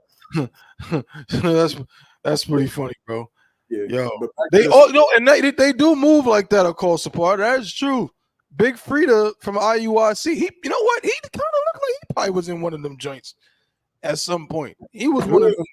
You know what I'm saying? One of them alphas or something like that. I can see it. Man, hell no! I did not swallow that egg. I did not swallow that egg. Pause. Swallow the egg. Yeah, so what they do is they'll line you up. So when you in your group, right, they'll line you up from the smallest to the largest brother in physicality, like in height. And the head is the ace. He the smallest, and then the tail is the biggest nigga. Pause. He the biggest. What they'll do is they'll line you down and they'll put the crack an egg in the ace's mouth. The ace has to like swizzle around. I don't know the details. It doesn't really matter. I know for a fact that the egg goes in your mouth and he has to lean over and put it into number two's mouth, using no hands, no nothing, just lean over, put it in his mouth. He has to lean over, put it in his mouth, lean over, put it in his mouth, put it in his mouth. And imagine you got because your lines can be different. You can have 6 men in your line. You can have 32 men in your line. You can have, I think I seen an AKA line cross with 92 AKA women cross. It was like a phenomenon. They was 92 of them. You got 92, and you got to spit that egg all the way down, and whoever is the tail has to swallow it. They got to swallow it. Yeah. What the F does that even mean? Like, what is that supposed to suggest about my character? Like, what? you're dumb enough to get HPV or AIDS or some kind of, you're dumb enough to do it. So you might as well be a part of this organization, I guess. Right. I don't know, right? I know Officer Rock, he went to Central and he was online to be an alpha. And he said that his brain, Rock Salakia, I hate to tell you a story, man, but it's not that bad, so I'm gonna tell it anyway. Mm-hmm. I don't know everything Rock did do. I don't know what he did do, but I do know the day that he broke is that he said that they lined him up in the swimming pool, right? And they were standing there with no shirts on. And when and this is true, when you're online, you cannot have no beard, no hair anywhere on your body except your eyebrows and maybe a mustache, if I'm not mistaken. But you can't have no beard, you can't have no chest hair, you can't have no armpit hair, you can't have none of that. And so they said they lined them up and they was doing inspections, shirts off, and the dude is walking down, and he's looking at hair, and he got to Iraq, and Iraq had a shaved chest, but Iraq had like a pluck of hair. And he said the line leader took his fingers. You frozen, bro. You frozen. I actually know this story. I've heard this exact story. It's hilarious, but I will not torture you by telling it. No one is going to be able to tell it the way YAHANNA tell it because he's heard it way longer than I have heard it. So we gonna wait till for YAHANNA to get back on. You know what I'm saying? You so back? Yeah. I don't know what's up with the power. Is going in and out. Is messing up. Don't sweat, bro. Don't sweat. You was at the part where Iraq is on the line, and he has just a tiny bit of noticeable chest hair. Again, mostly paws shaved off, but just enough, little bit of chest hair that it's noticeable to the line leader guy, whatever, the big brother. I don't know what they call him. But go ahead. Yeah, the big brother, hot line leader. I forget what they call him too. But he takes his finger and he plucks the hair off Iraq's chest, and Iraq, I guess, just went berserk. Because I guess if you in that moment, you like, nigga, I shaved my chest. This fucking him up, and then he got blacklisted. So to my understanding, I believe I'm blacklisted alpha as well. Like I could never cross or try to be an alpha because of him, because he's blacklisted. I would be considered blacklisted, and yeah. But that's what happened, man. They do some crazy things. I know I got stories, man. Hey, man, y'all better not be dating these fraternity cats. I'm telling you. But I was gonna say that too, bro. I feel like these fraternity dudes have a reputation for getting a lot of women. Is that not true? Yeah, but again, a lot of women, they are caught in a facade because they see what everybody else sees. They see the prominence of the fraternity, but they don't necessarily know that this nigga took a cane up his ass to be able to carry it. They don't know these things. They don't know about the egg because there's so much secrecy that it's not so well known. But if you're on college campuses, you will start to see that nowadays the prominence of it is starting to die down. It is. It's starting to die down. So now most women, they got friends and this, that, and the third.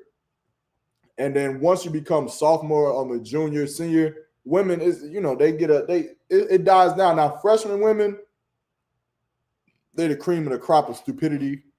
I don't think that there's anything more stupid than a freshman woman in college. So, of course, they think, Omega, oh, he's barking at me. Like, do you not realize that you can find any nigga and he can bark at you all he wants in your bedroom? You can do whatever they do in your bedroom. But, of course, stupidity reigns in Black community for some reason, especially with freshman women in college. But, they get women. However, that doesn't mean that they didn't do some gay stuff to do it. Right. This is a sick world. I'm noticing, bro. It's a scary place. What I mean? Damn. But all right, no sweat, bro. I'm gonna look more into this, man. Like, you know what I mean, and really get ready for this lecture we about to do on the plot of Alpha Phi Alpha. Put the word out. I.S.U.P.K lecture on. Hey, I wanted to start putting flyers out. Say what? I want to make a dope ass flyer and start putting it on campus just to see what happened, to see what kind of spark we could get. Yo, bro, we might do that. We might make that flyer, bro, just to see, what comes of it. Listen, it's a lot of niggas who will see that shit and be like, hell yeah, I would fuck them Qs. They beat me up last year because I slipped and fell on their plot. I need the information so I can beat them. You understand? So we gonna give you all the weapons and all the tools you need to fire back at them, man. You call them gay and all this other Yo, you want me to play it? On it, bro. I'm with it.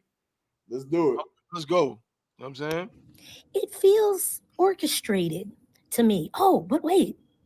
I'm hearing the streets is talking. She's not the only one.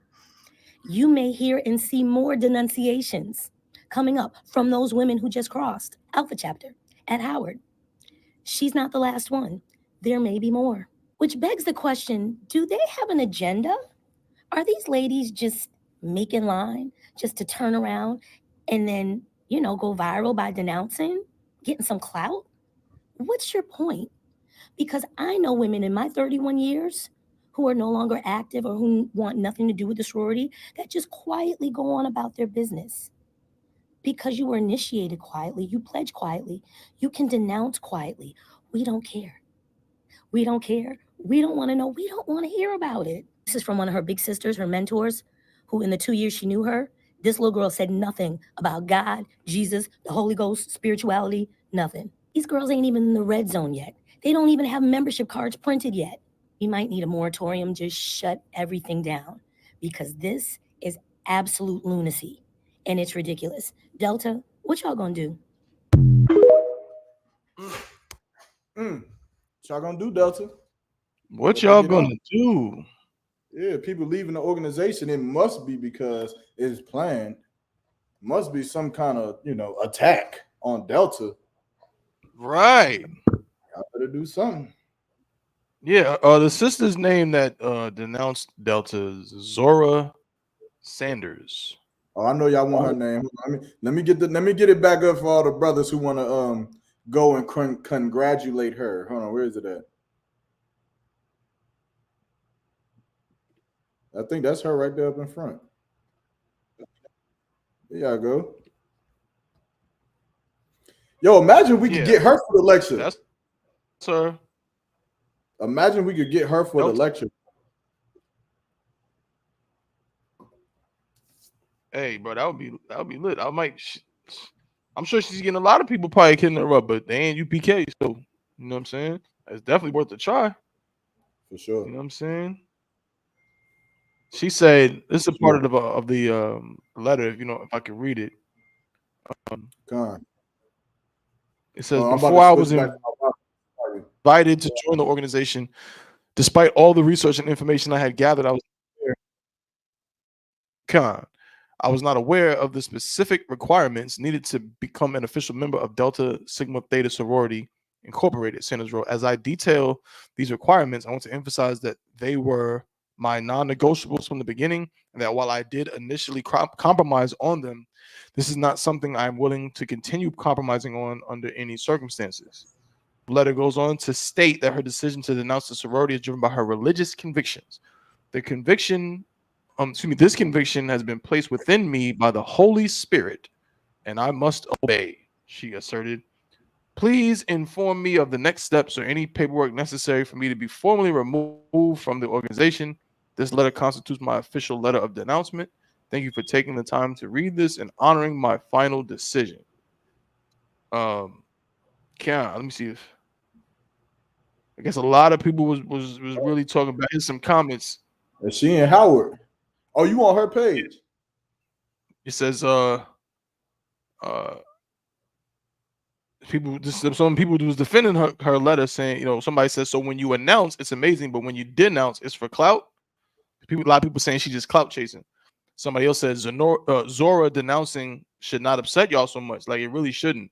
If she decided to denounce because the Lord told her to, then that's what she did. But question her relationship with God, attacking her in comments, y'all better get your mouths off of God's chosen ones. Jesus. Other one, grown ass women in these comments are talking about her so horribly. Zora has more courage than anyone that casts judgment upon her. She is speaking her truth, and if you don't like it, move on. Y'all more upset at the fact that she is telling her truth rather than the situation itself. I think that's interesting too, bro, because you see a lot of comments like women, on the internet be the first ones to be talking about somebody, what they say, like, living their truth and and do you boo and all of this, kind of stuff. But then as soon as this woman or this sister decides to do, to go against something because of her morals, it's like this all that goes out the window. And everybody got something negative to say about her when I really don't even see what the big deal is. Like, I mean, you still in the sororities, what the hell do you care? Or is it one of those situations where, it's like her saying this is making you, whether you want to admit it or not, question your own morals, question your own integrity because you still in it. Go ahead, Yarma. I think it's a little deeper than that. I think it's more or less because these sororities they have a certain level of secrecy.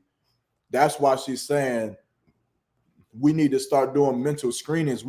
She's basically saying we need to heighten the screening process of which we're letting these people in, because we don't want our secrets to get out.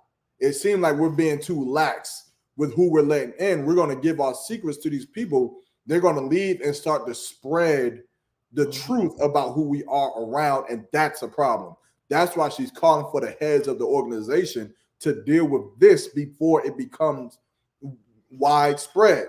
That's why she's saying more people are going to do it. And then once more people do it, our organization is going to crumble. Why would your organization crumble?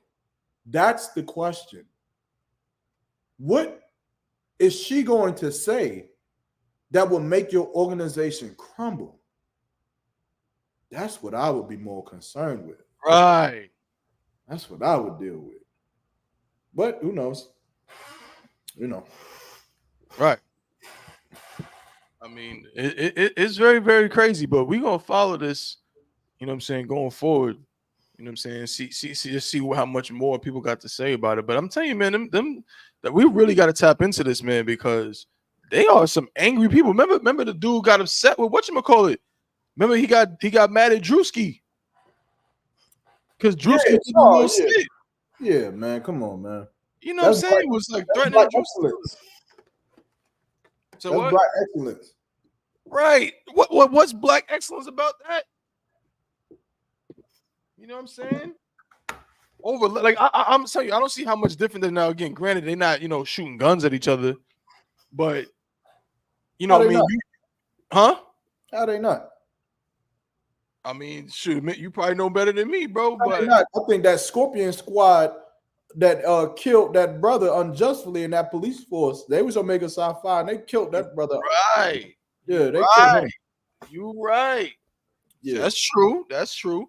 I was talking more so about, against like, one fraternity ain't trying to, knock off brothers from another fraternity. But there is like this element that's very similar to, I think, gang culture. You know what I'm saying? To where like, okay, like my plot is my plot. Don't step on my plot. It's like territory. If you step on my plot, then it's going to be a problem and so on and so forth. Like, it definitely is some overlap there. I can't deny that at all. You know what I'm saying? And then look at this. No different, because with the whole gang situation, you know what I'm saying? I think you might be frozen your mouth, but with the gang situation, what they say, like, you know what I mean? Or the idea, like, once you're in it, you can't really get out of it type thing. You know what I'm saying? At least that's something that they presented, right? But now it's happening. This sister denounces it and says she's not with it because she's trying to, I guess, be better, do better. You know what I'm saying? Be a good Christian, whatever the hell that means, right? But whatever, that's not the topic for today. But she does that, and the result of it is people saying all this nasty stuff about her. People doing whole TikToks, grown women. This woman that we just watched the video about, she said that she has been a Delta for 31 years. That means that she's at least, 46, 47 years old? You know what I'm saying? Gotta be, because at least she had to be in college when she became a Delta. I seen her Right? 50, close to 60. Yeah, I mean, she gotta be. And she mad at some, what, 18, 19-year-old girl? Because she don't want to do it no more? Right. That sounds like a real cult to me. Because me and y'all Mock, bro, y'all Mock. If I'm like, bro, y'all Mock, please do not let me sit up here on the Chainbreakers podcast and lie to these people. Lie to our brothers and sisters who tune in and watch our show. Since me and you have been in this truth, has someone ever left this truth or left this school and me and you either plotted on them or, you know what I'm saying, or talked about, man, how could they do this, or any of that? Like, have we ever, like, gone on the internet about how mad we are that brother so-and-so left the truth? Because if it happened, I can't recall it.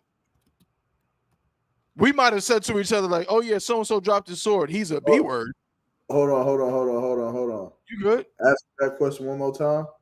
I said, have this woman here is mad. This woman who's, you know, in her 40s or early 50s is mad at this young girl, this probably 20, no more than 20-year-old girl who denounced the sorority. She's mad at her and, you know, putting up a whole TikTok and doing a whole video, a 2-minute, 3-minute long video about how something needs to be done. This is outrageous. This is ridiculous. The organization needs to do something. We got to vet these people. We need psychiatric evaluations. Have me and you ever gone on the internet and said, when these brothers that keep coming in here and they keep saying they want to be troopers and they keep saying that they want to be, you know, they want to take their officers test, man, they need psychiatric evaluations, man, and we got to vet these. But have we ever done that on the internet, bro? I'm gonna drop a dime on them niggas, man.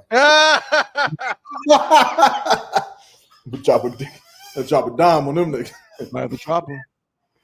Drop them, man. Dime on them niggas. No, man. I don't like that shit. I don't like that shit. I don't like that. When somebody leaves the truth, in which people leave the truth all the time, we don't give a F. We don't care. We don't care who leaves. They're going to leave and do what? They're going to leave and be worse off than they came. That's how it always happens. It's how it always is. It's how it always will be. That's it, man. I don't even know what the question is, man. Leave, bye. We didn't want you in here in the first place. You think we're going to force you to not put a rod in your mouth? Pause. You go do what you want to do. Do it. If that's the lifestyle you want to live. Go join a fraternity, bro. Leave here and go join a fraternity. That's a cult. Oh, because we telling you to not do drugs. Oh, right. Go do it. Go do all the drugs. Smoke everything. Go have fun. Don't give a damn. What the hell? You'll be dead soon, and you'll be another story. You'll end up a story on the Chainbreakers podcast. We're gonna say, remember that brother who was in the school? That brother was in here, man. We trying to teach that brother. Guess what he did? He went and smoked drugs, and now he's dead. And that's the harsh reality of life. So, you know. But we don't. But to answer the question, no, we don't care about nobody who leaves the school. Come, the sister had a comment, bro. I think this is pretty pertinent. She said, I don't think it's that. Everyone in the comments of her video was upset because it was made public. If she had done it in private, I think they'd be fine. Okay, that's an interesting take. We good cop, bad cop. We can. Which one? You want to be the good cop? Want to be bad cop? No, I'm the bad cop, man. All right, I'll be good cop. I'll say this. Okay, so I'll be good cop. I could be bad cop, but I'll be good cop. I actually understand because when you know what? Because when she decided that being a part of the sorority was something she wanted to do, there's no way that she could suggest or pretend or even make it. She can't even in any way, make it seem that she did not know that secrecy was a part of it. She can't. She knew now she may not have known the exact details of everything. She may not have known that. She may not have known exactly, what she was going to be doing, but that's the point. She knew that she didn't know those things ahead of time. She knew that, for whatever reason, she wanted to be a part of this thing. That there were elements, a part of it was the secrecy. A part of it was like, yo, these are our tenets. This is our culture. Aspects of it is, is as far as being in this is specific to us. Everyone's not going to know. So for her to turn around and just because, she has some kind of, moral awakening or something like that, to then turn around and go and make it public in that way when she was okay with it being private when she first was joining the damn thing, it comes off as a little bit, a little bit disloyal, not even being loyal to them, but just almost like we say in the UPK, like Malcolm X, right? I'm gonna land my plane. We obviously don't agree with the Muslims. We don't agree with what Elijah Muhammad was doing when it came to him impregnating them young girls.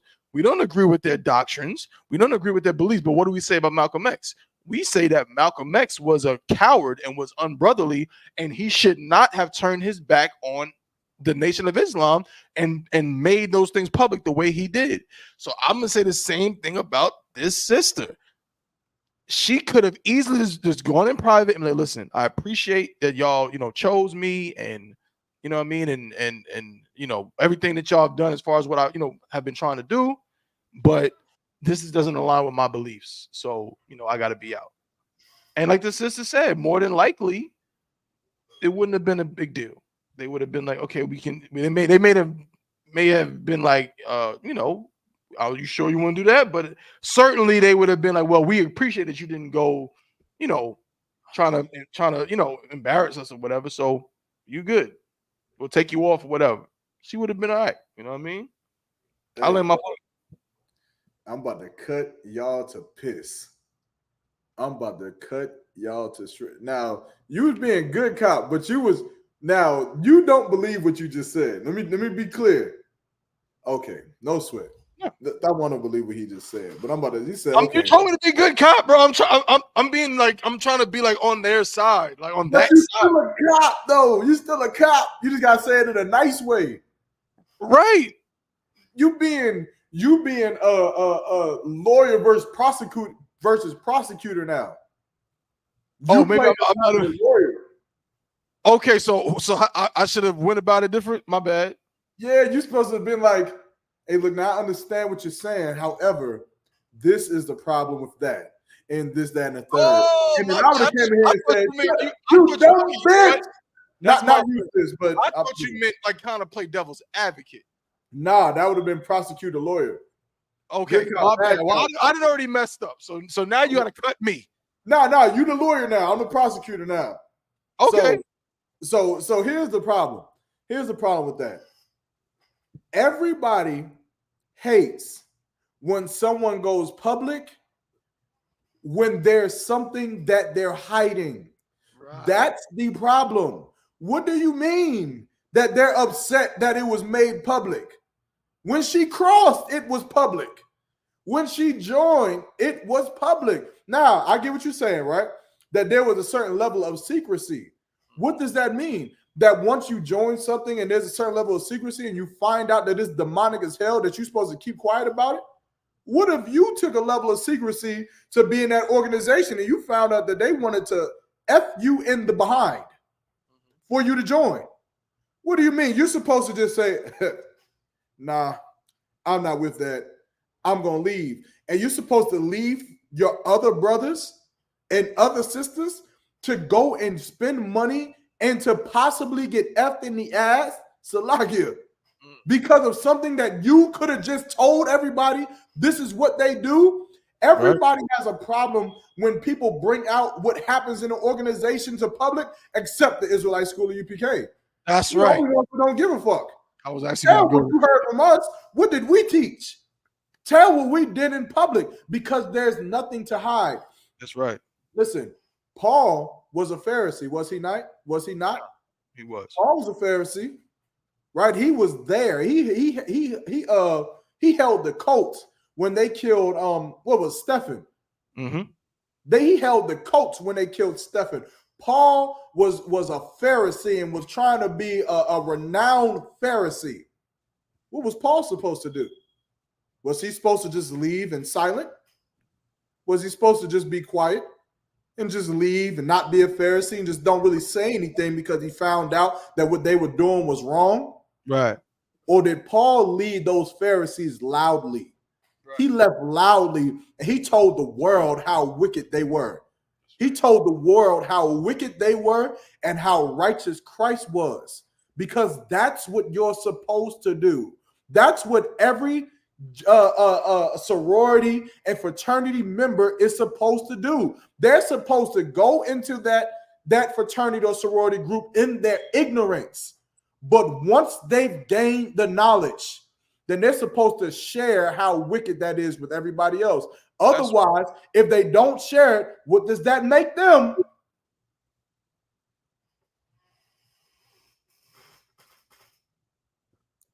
If I'm not mistaken, there is a thing in America that you can get a felony for that's called conspiracy. Mm-hmm. Conspiracy doesn't mean that you committed any crimes. Maybe you're not a criminal enough or haven't lived a criminal enough lifestyle to know this, but you can go to prison because you knew of a crime and didn't say anything. Mm-hmm. Well, if you go into this organization and you find out that what they're doing is wrong and you don't say anything, I think it's called being an accessory. Then you are an accessory Mm-hmm. to what they're doing. What this sister is doing is saying, if you believe in God, if you have spirituality, then what is inside of this group is going to conflict with your spirit. And of course, she took the oath. Of course, she went in there and paid the money. Of course, she did all of those things. But while she was in there, her spirit was being conflicted every single day. And at some point, whatever God she believed in won. Whatever God she believed in won over that Greek organization. I know because I have a friend who did the exact same thing. I have a friend who crossed over in Sigma in 2017. He crossed over. His name is CJ from Johnson C. Smith. And 2 days after he crossed, he sat in a dorm room with me, and he cried. He cried to me because we was learning about the Bible. This is while I was coming into the truth. He cried. He was learning about the Bible. I was teaching about the Bible, and he told me that when he did the ceremony to be accepted into that organization, they held the Bible in front of him. They had torches, and he levitated his hand over the Bible just enough that he wasn't touching it. And he said, as they was going over the sayings and the quotes and what they were doing, he closed his eyes and he prayed to God that he wasn't doing anything against the Most High. I told him, you absolutely were. You absolutely were. Some brothers are weak up until the point that they become strong. Some women are weak up until the point that they become strong.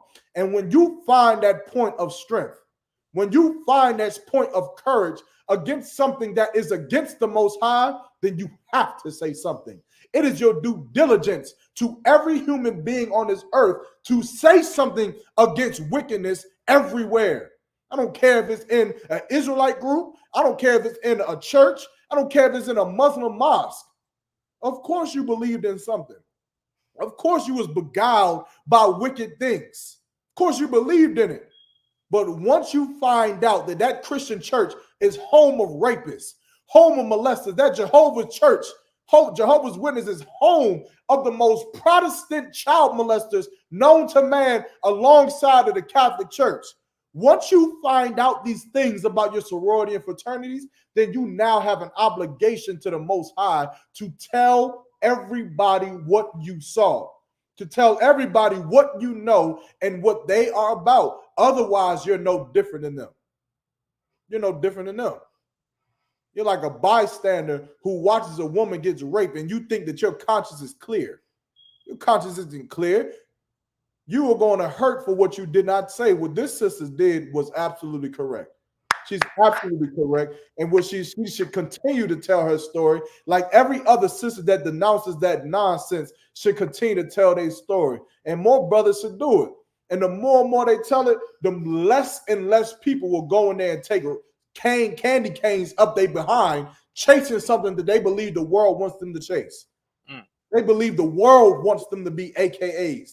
They believe the world wants them to be SG Rose and Alpha Phi Alphas and Omega Psi Phi. But the more and more that you tell them that you don't want a man who took a candy cane up his behind, the more and more you say that you don't want a man who got spanked and had to swallow eggs, then brothers will stand up against what's the word I'm looking for? Peer pressure. They'll stand up against it. They'll stand up against the influence of the world, and they'll maybe choose to decide to stand up for the Most High. But until then, what we gonna do? We got a lot of people who dying in secrecy.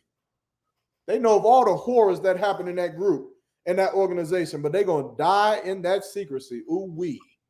Not in the Israelite school of UPK. That's right. Not in here. You understand? So she wrong. Yeah, guilty by association. Damn right. Co-conspirator. Damn right. You right with him. If I tell Thabawan right now, I'm planning on going to attack the World Trade Center tomorrow, guess what? Oh, they coming for Thabawan too. That's right. They gonna say, why didn't you tell me? Why didn't you tell the FBI that he was planning on this? Mm-hmm. He gonna say, well, he told me in confidence. Right. Yeah, you gonna go to prison in confidence too. Be confident about that. That. Yeah, you can. That's a fact. Yeah, man. To hell with all that secrecy stuff, man. Anything secret, just know it's wicked. Just know it's gay and it's unlawful as hell. Anything is secret. We having a secret party. Mm-hmm. Ain't nobody know about this party. Yeah, there's some gay stuff going on in there. Right. You know that. Mm-hmm. We got a secret class tonight.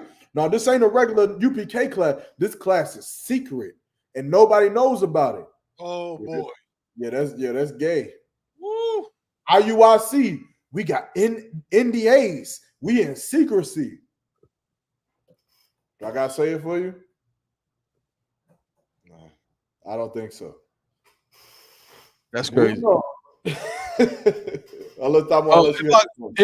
If the only last thing that I would like to talk about on this topic, again, we probably might as well just finish out with this, being close to the time. But like, I think it's interesting, right? Like this is just that part, because I'm green, I know nothing. But did you know prior, to coming into the truth and dealing with these, fraternities, knowing people that was in them and sororities and so on, that they were literally in there like worshiping other gods? Like, is this a known thing?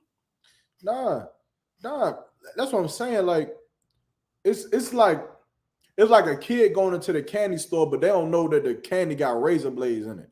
Right. You're not in it for the razor blade. Like, nobody joins a fraternity thinking I'm going to disacknowledge the Most High. Mm-hmm. They're not doing it. Mm-hmm. You go, step one is to get in the candy store. Well, step one is to get the money. Step two is to make it to the candy store. Step three is to go inside. Step 4 is to look at the selections. Step 5 is to make the selections. Step 6 is to pick it up. Step 7, you put it on the counter. Step 8, you pay for it already. Now you got it. Step 9, you walk out to the store, out of the store. And step 10, you open it up. You unwrap the candy. And step 11, you bite into it and you eat it. The problem with that is that after step 11, now you deal with the consequences of this razor blade that was not portrayed on that candy bar. That's right. You done went through all of these steps trying to get this candy bar that once you eat it, now you deal with it. Now you have to swallow the blood because your mouth is cut. Now you have to deal with the sickness because of the poison you ate. But but you go through these steps in these fraternities thinking you about to just get a candy bar. You thinking it's about to be all good and all this, that, and the third. You don't even know that you're asking for poison because nobody in the store told you that these candy bars got razor blades in them. Right. That these candy bars are poisonous to you. But imagine if somebody was there to tell you. Imagine if somebody opened up their mouth and didn't care about the secrecy of the masonry lounge. Right. Imagine if they didn't care about that and they said something. And let me tell you something. In the I.S.U.P.K under Commanding General YAHANNA, we're telling you, and we don't give a damn who knows that them candy bars got razor blades in them. That Masonic lounge and them fraternities and sororities, they are there to poison you. That's what they're there to do. That's the only way that they can survive. They can't push what we push, which is what, Tabawan? Brotherhood. That's right. They can't push brother. I'm saying that on purpose because in the beginning of this show, the sister said that they push brotherhood. They can't push brotherhood. They don't even know who their brother is. Right. No. They don't even have a clue as to who a sister is to be able to push such a thing. Their brother is the Greeks. Their brother is Alexander the Greek. That's who they love. That's right. That's who they love, man. They love Pontius Pilate.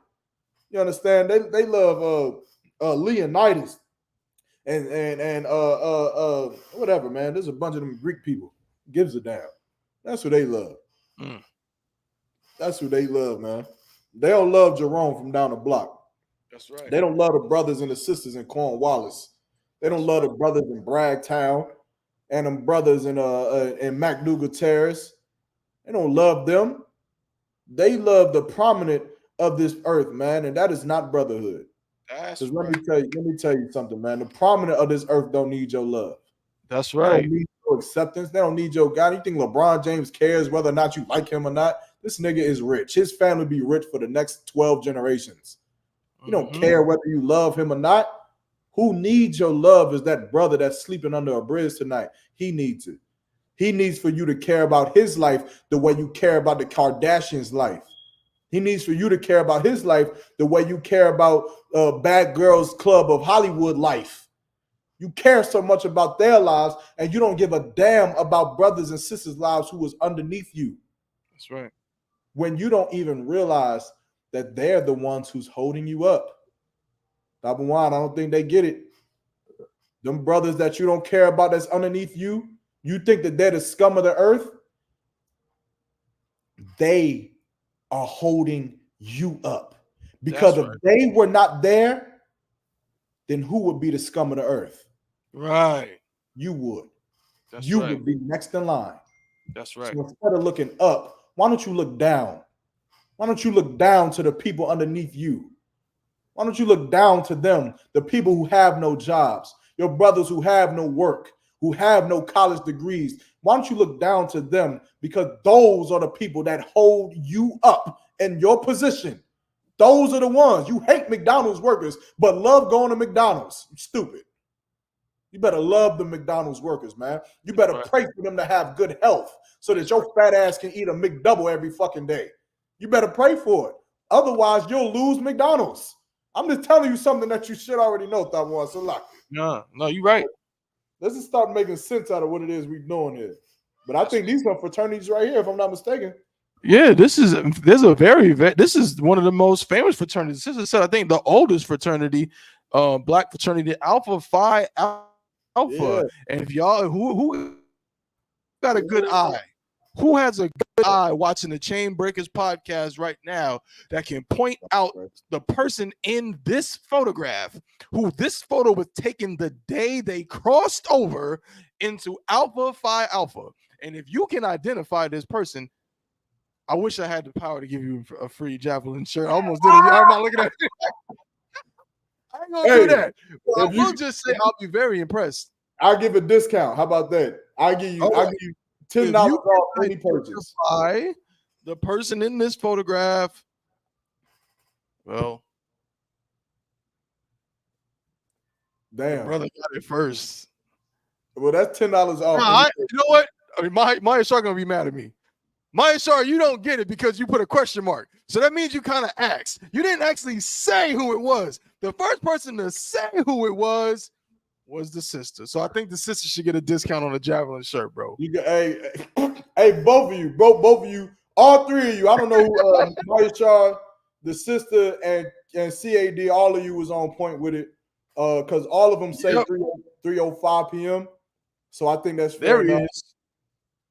This photograph, there he is. This photo was taken the day that MLK crossed over to Alpha Phi Alpha. And going back to what Officer Yarmak was saying, this should be the proof. This should be the understanding to you. Where do you think MLK got his ideals from when MLK said that he didn't like that in his neighborhood there was only one theater that only black people could go to? He didn't like the fact that there was, they didn't have certain resources and the black people the black buses didn't have, they weren't as clean and so on and so forth. Where do you think he got those ideals from? He got them from the fact that he always wanted, it wasn't about equality. His whole mission wasn't about, black people rising. It was about certain black people being able to get on that bus. Certain black people being able to go in those restaurants and be among those people. You've seen the photos. We've all heard about him. MLK was going up and having sex with white women in the Watergate Hotel. And what was he saying, Yarmak? What's the famous words? I'm not a nigga tonight. I'm not a nigga tonight. Tonight, I'm effing joking. I'm effing for God. That's what MLK was recorded by the FBI as saying while he was having sex with heathens in the hotel. I'm not a nigga tonight. That's what he was saying. So why do you think him being one of them Alpha Phi Alphas and being one, they be so proud. They proud to say that MLK was an alpha. MLK was an alpha. Well, that's why MLK helped destroy the black community. That's part of why he did it. Because guess what? Because he never was taught to actually, like Yarmak said, to have real brotherhood. He didn't learn that in college at Morehouse. He didn't learn about actually loving black people. He learned about how to separate himself from his people. He learned about how to look at those who wore the top hats and crossed over with him. Those were real men. Real brothers, those were the real ones. But Jerome that stayed back in the ghetto, you know what I'm saying? He was nothing. You know what I mean? That's what MLK was all about. So when you join them fraternities, just remember who's your patron saint of Alpha Phi Alpha. Yeah, Yarmak. And just remember who held Martin Luther King up. It wasn't them niggas in that photo. It was the slums of black people. Yeah. That's who fueled his movement. That's who fueled his who walked with him up to DC. Exactly. Who marched with him? It wasn't these niggas. Yeah, now most of them might have been a handful of them because they probably was getting something on the back end too. But his movement was being majorly supported by blue collar black men and women from down south. Exactly. That looked like a whole white man in that picture with him, whether that's kid or that's Kid from Kid and Play. That looked like a white man. Right. So yeah, this is disgusting. I think Jesse Jackson is an alpha as well, too, if I'm not mistaken. No, I'm not surprised at all. But yeah, man. How many more? You said what? I said, how many of these guys? No, it's a lot. I'm sure if you just pull up a list of prominent alphas, there's a whole list of Let's see what we got. It's a whole list, man. It's a whole list. I know Michael Jordan is Omega. Shaq is Omega. Thurgood Marshall, Lionel Richie. Yeah, come on, man. Yeah, I'm looking at Lionel Richie, Thurgood Marshall, Omari Hardwick. No.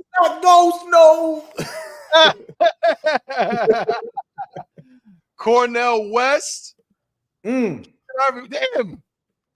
Maybe that's why they be joining. It's like a free ticket to get famous. No, it definitely helps. Roland Martin.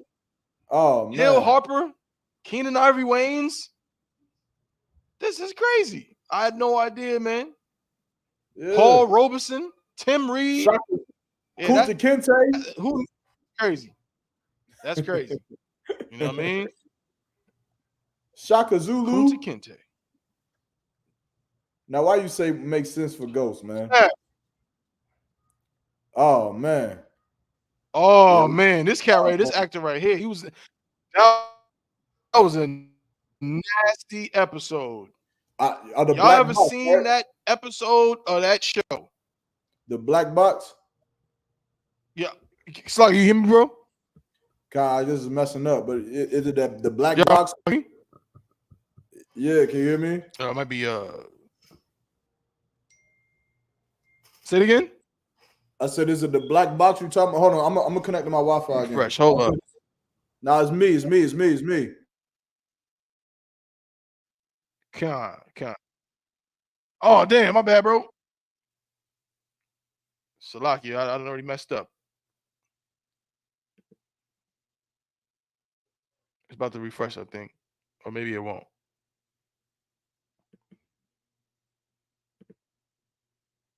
Bear with us. Can you hear me? I think we lost him, but I think the show he referring to is a black box. It was something like that. I forget, but the show I know what he's talking about, man. But that show was disgusting, though. You understand with that video? You talking about that video game scenario? Yeah, Striking Vipers. Yeah, damn! I didn't even know that was the name of it. That's the name of the game in that episode of the show. Oh. I forgot the name. What's the name of the show? Is it Black Box? It's called it's not Black Box. I keep saying Black Box. It's called damn. Yeah, I can't remember the name. Yeah, dog. What's the name of that show? It's making me mad. It's like it's like Black something. Black Mirror. That's what it is. Yup. Yeah. Black Mirror. Yup. That episode, Striking Vipers. The dude that not Clarence from 8 Mile. The other dude is a damn alpha. And he did that episode. That's crazy. Not Lovecraft, my show. It's Black Mirror. But there was an episode of the show Black Mirror called Striking Vipers. Watch the episode at your own risk. It's insanely gross. You know what I mean? Hey, that's some alpha shit though. Yeah, right. Hey man. Yo, man, we spent the whole episode on this topic, but it was wild, bro. I think y'all you know what I mean? Maybe that's what it is, bro. We keep telling y'all to hit us with them topics, man. Like, you know, it's good that a lot of times Maestro said, I will not, sir. I mean, hey, no sweat, you know, but it's interesting to say the least. But you know, a lot of times, you know, people have different insights. So, you know, shout out to the sister. Again, I'm slacking if I'm pronouncing your name wrong. How you pronounce her name? Y'all, is it Shantaray? I don't want to mispronounce it. Salaki, sis. But you know, the sister had a lot of good points, and we appreciate. You know what I mean? That you know, and Kanaya. And Kanaya Shah. And Kanaya Shah, Khan, the water. Like all different. A few of the sisters had good insights. You know, who are again in that world. Not saying you're in sororities or fraternities. Chant, is it Chanaray or Chanaray?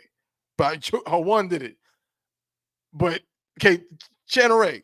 Hey, no, Hawaii, he wrote that all wrong anyway. That's what I'm saying, bro. I can't trust her once. Lucky, bro. Bro, what you just wrote was chant. You just wrote chant array. Are you sure it's chant array? That's what I'm saying. And I feel bad for the sister because we just saying her name. See,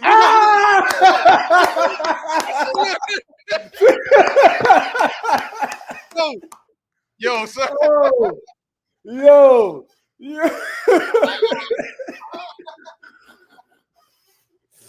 Oh man. Oh, he embarrassing. Oh snap. Oh man.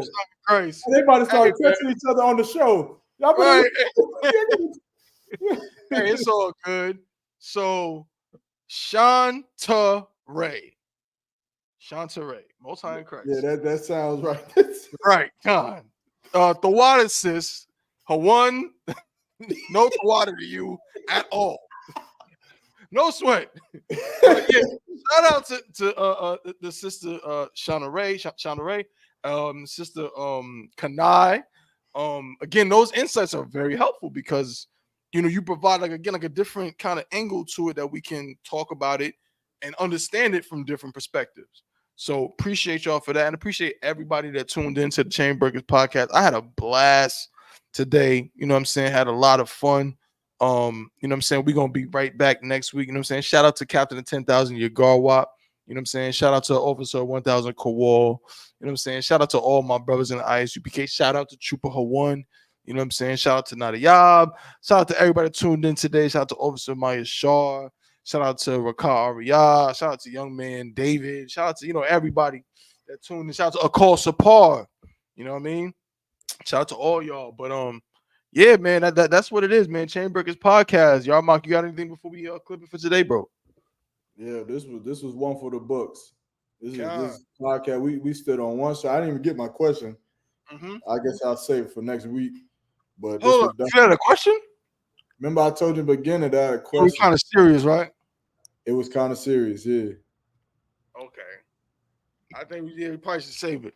What you think? I think this not better get on my cup before I put it through a sorority training. But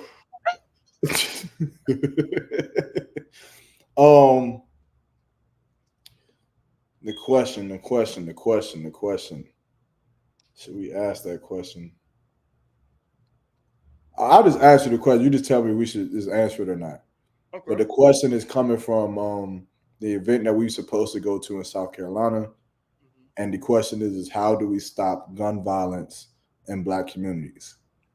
Like, if that's the question, how do we answer it? How do we stop gun violence in Black communities? Yeah, I mean, would you want to leave it up to the chat, or you want to just make the executive decision to leave them waiting for the answer? They might die this week from Black gun violence, but right. I say let's spend. It's 3:17. Let's end it at 3:30. Let's talk about it real quick. That's okay.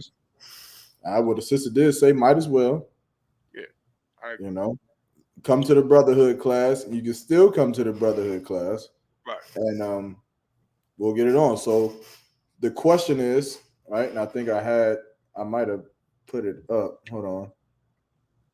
One second. Where is it at? I'm gonna drop a dime.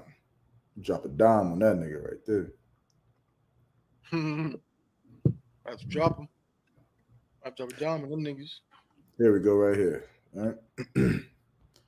So I'm gonna share the screen. So this is a question, right? This is a big question. It's just been going around. Right? Gun violence is traumatizing Black America.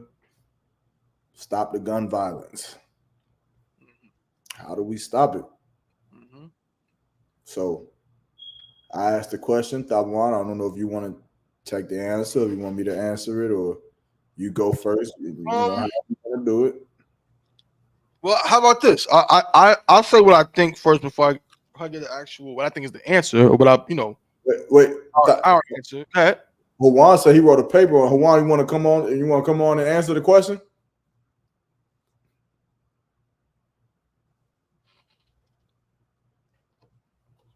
You come on to the show, man, and give us your take.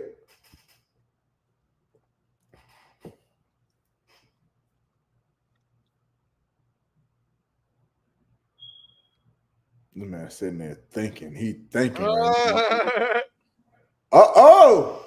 Whoa. Okay. Hold on. Let me see something. I'm sitting there right now. Yeah. What's your is Reek? No, I just, bro. If you on YouTube, I just put it in YouTube. Oh well, I emailed it to you too. So either way, you got multiple. You can click it on that, right? Just make sure your background is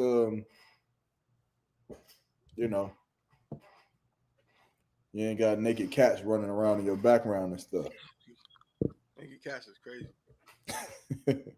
But we'll wait for Hawaiian. Anybody else want to try to answer the question too? I can go ahead and just click on that link. We got about 10,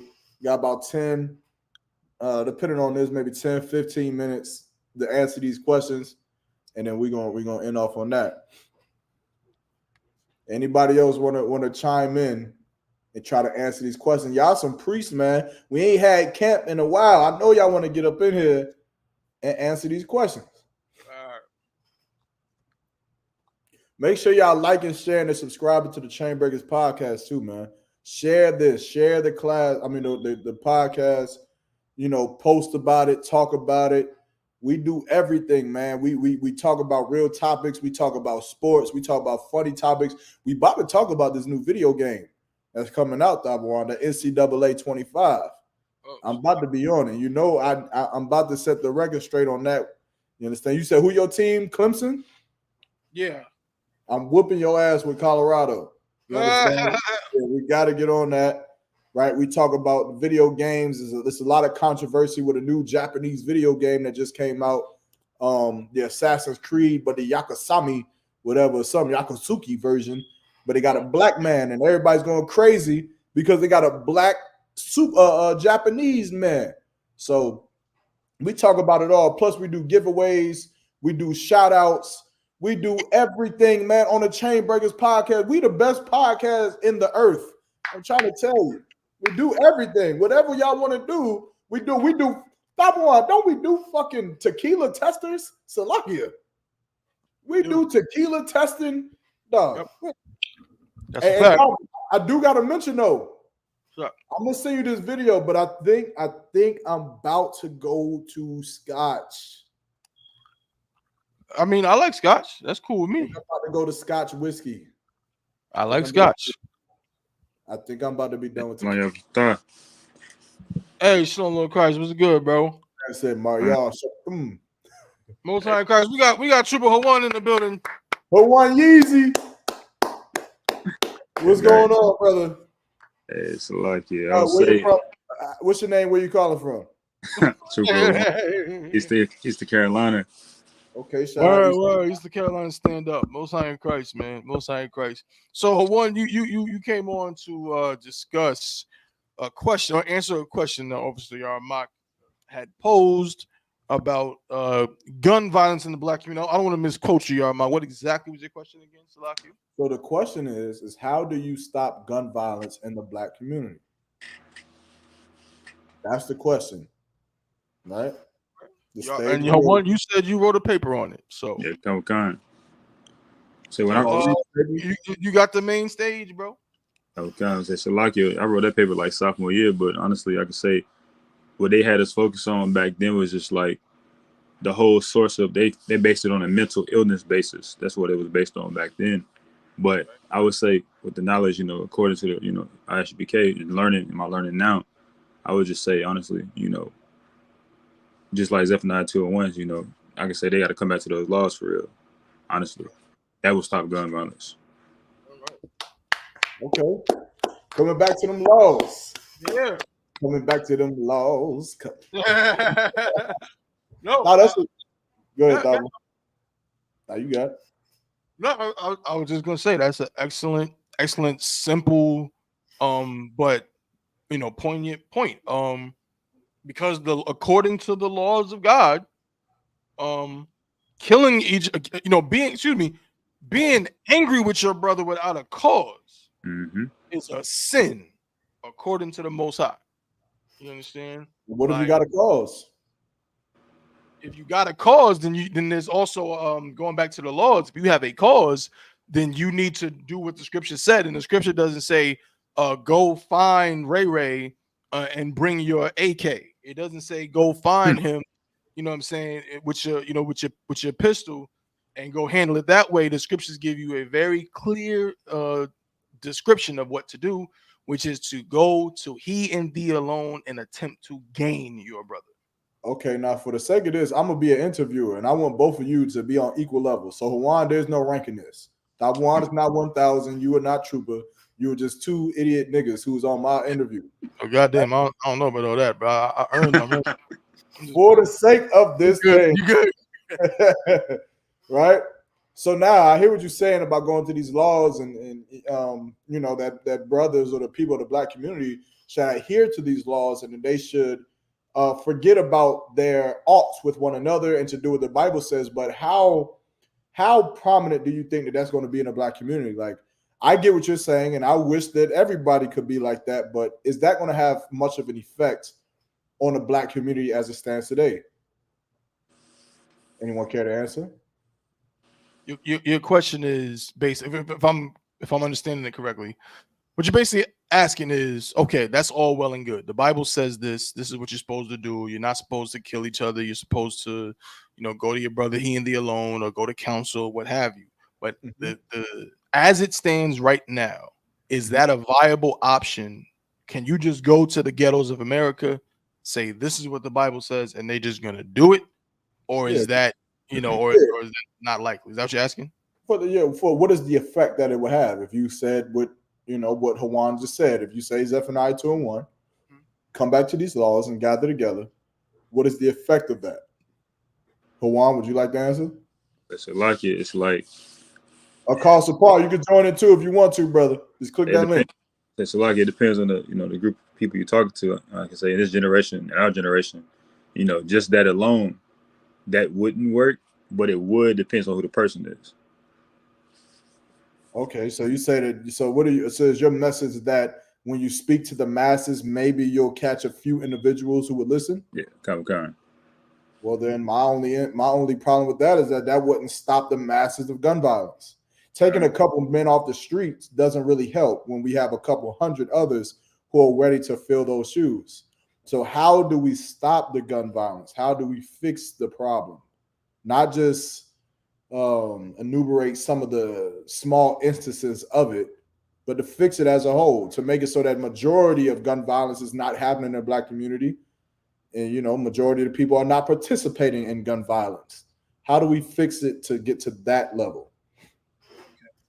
Well, if I could, well, one thing you got to understand, first of all, the concept of gun violence as is being discussed in a vacuum is simply historically. One second, I'm listening to Thought One, but one second, I'll be right here, but I'm listening to you. No sweat. It's simply historically, I won't even say inaccurate. It's just it lacks context. Okay, gun violence is a product of something. It's not something that springs up out of the ground like plants. It's a product of something, okay? And even in America, gun violence was a problem in America in the Old West, and there was barely any black people over there.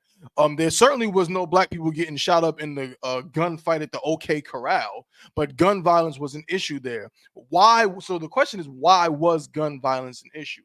Gun violence was an issue during the Old West and so on during the frontier days because there was a complete lack of a set standard. There was no standard. It was a free for all. Okay, and people were starving. People were hungry. The economy wasn't even basically made. It was, you know, it was again the kind of like like I said, a free for all. So that's the same thing we're seeing in these ghettos. There is no foundational economy in the black community, black Hispanic community. There's no foundational economy. There's no foundational curriculum for children. There's no foundational code of conduct, no foundational code of morality for blacks and Hispanics in the ghettos in America. So because of that, these things take place. So if you want to ask me why, okay, without even going to the Bible, because that what Hawan said is correct. That's the answer. But if you're saying, well, what would just make gun violence stop in America overnight? Like today, not talking about the Bible, whatever, I can tell you one thing that certainly would be a tremendous help, and that is for the oppressor to evaporate into thin air. If the oppressor was to evaporate into thin air, guess what goes with him? Oppression. Oppression is the cause of gun violence. It's the cause of murder. It's the cause of robbery. It's the cause of all of these things that take place in our communities. If the person who was perpetrating the oppression was immediately gone, guess what would now have to do? We could police our neighborhoods.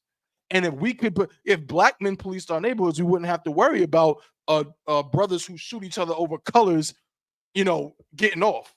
We wouldn't have to worry about brothers who shoot each other and sell drugs in our communities, not being punished for their crimes. If we were policing our own communities, guess what? Now we have a personal stake in it. Now all that stuff about you don't have to worry about not snitching because we police our neighborhoods. We're not going to allow drug dealers to thrive.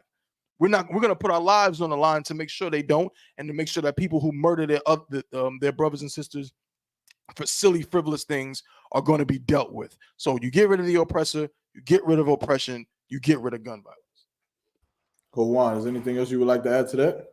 Yes, like he covered it at that point, honestly, because that was heavy.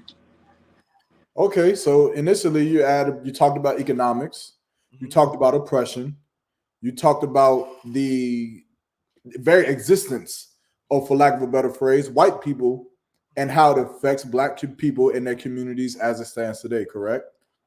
Yeah.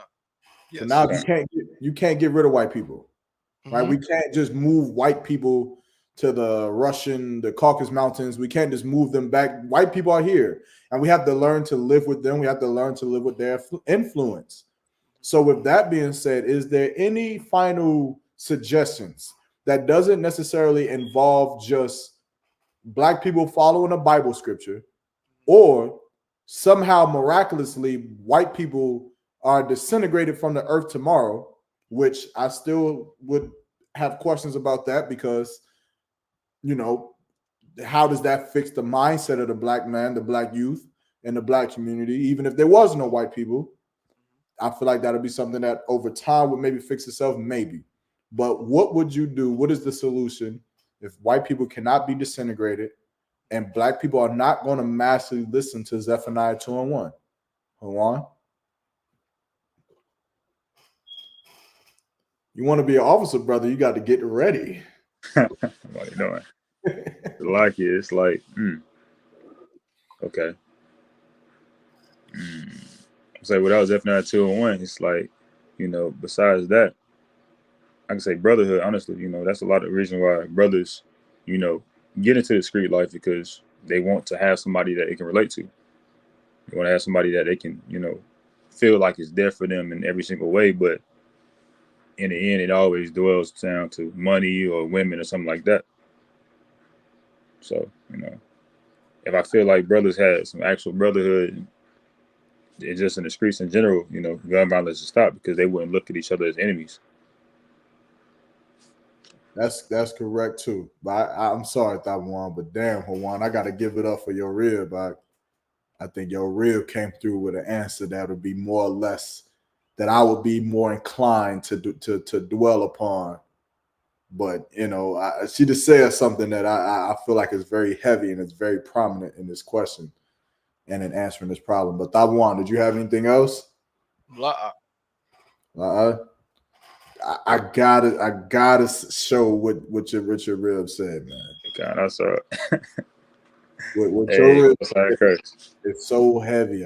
You understand? And again, if I could, y'all, what you brothers answered with Juan, especially you, the way that you answered the question was so prevalent, and it's so helpful to black people that a lot of us, we don't really even understand the gravity of what you said. Even you, Juan, as far as like bringing up Zephaniah 2:1, like all of those things is good. But I would, for my personal answer would be what the sister said, which is to help them understand who the oppressor is.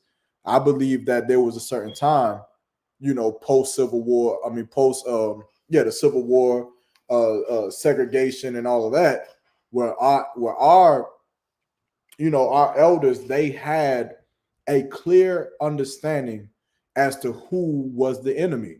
Right. And that is what made our great-grandfather, great-great-grandparents, they moved with a certain chip on their shoulder. They educated themselves with a certain chip on their shoulder. The way they married was a certain chip on their shoulder. The way they raised their children was a certain chip on their shoulder, because they knew they had to be better.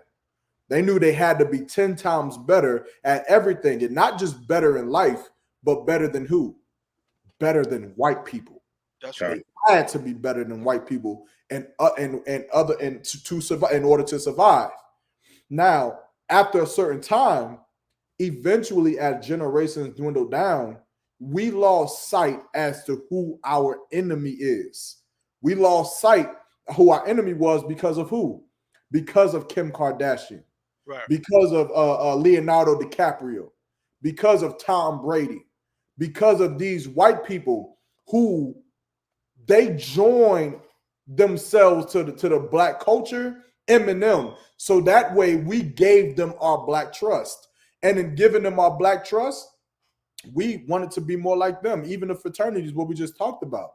So now when we have more or less this acceptance of black people, of white people, rather than the competitiveness. Right. We used to compete with white people. Do you remember that there used to be a time where, as a black boxer, you better not get knocked out by a white boy?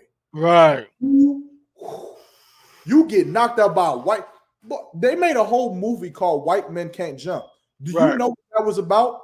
That was about black dominance. Right. That movie was about black people dominating over people that enslaved them for 400 years. And finally, here we are on this basketball court, a place where you and your racism, your enslavement or slavery, and your empire can face me, a slave.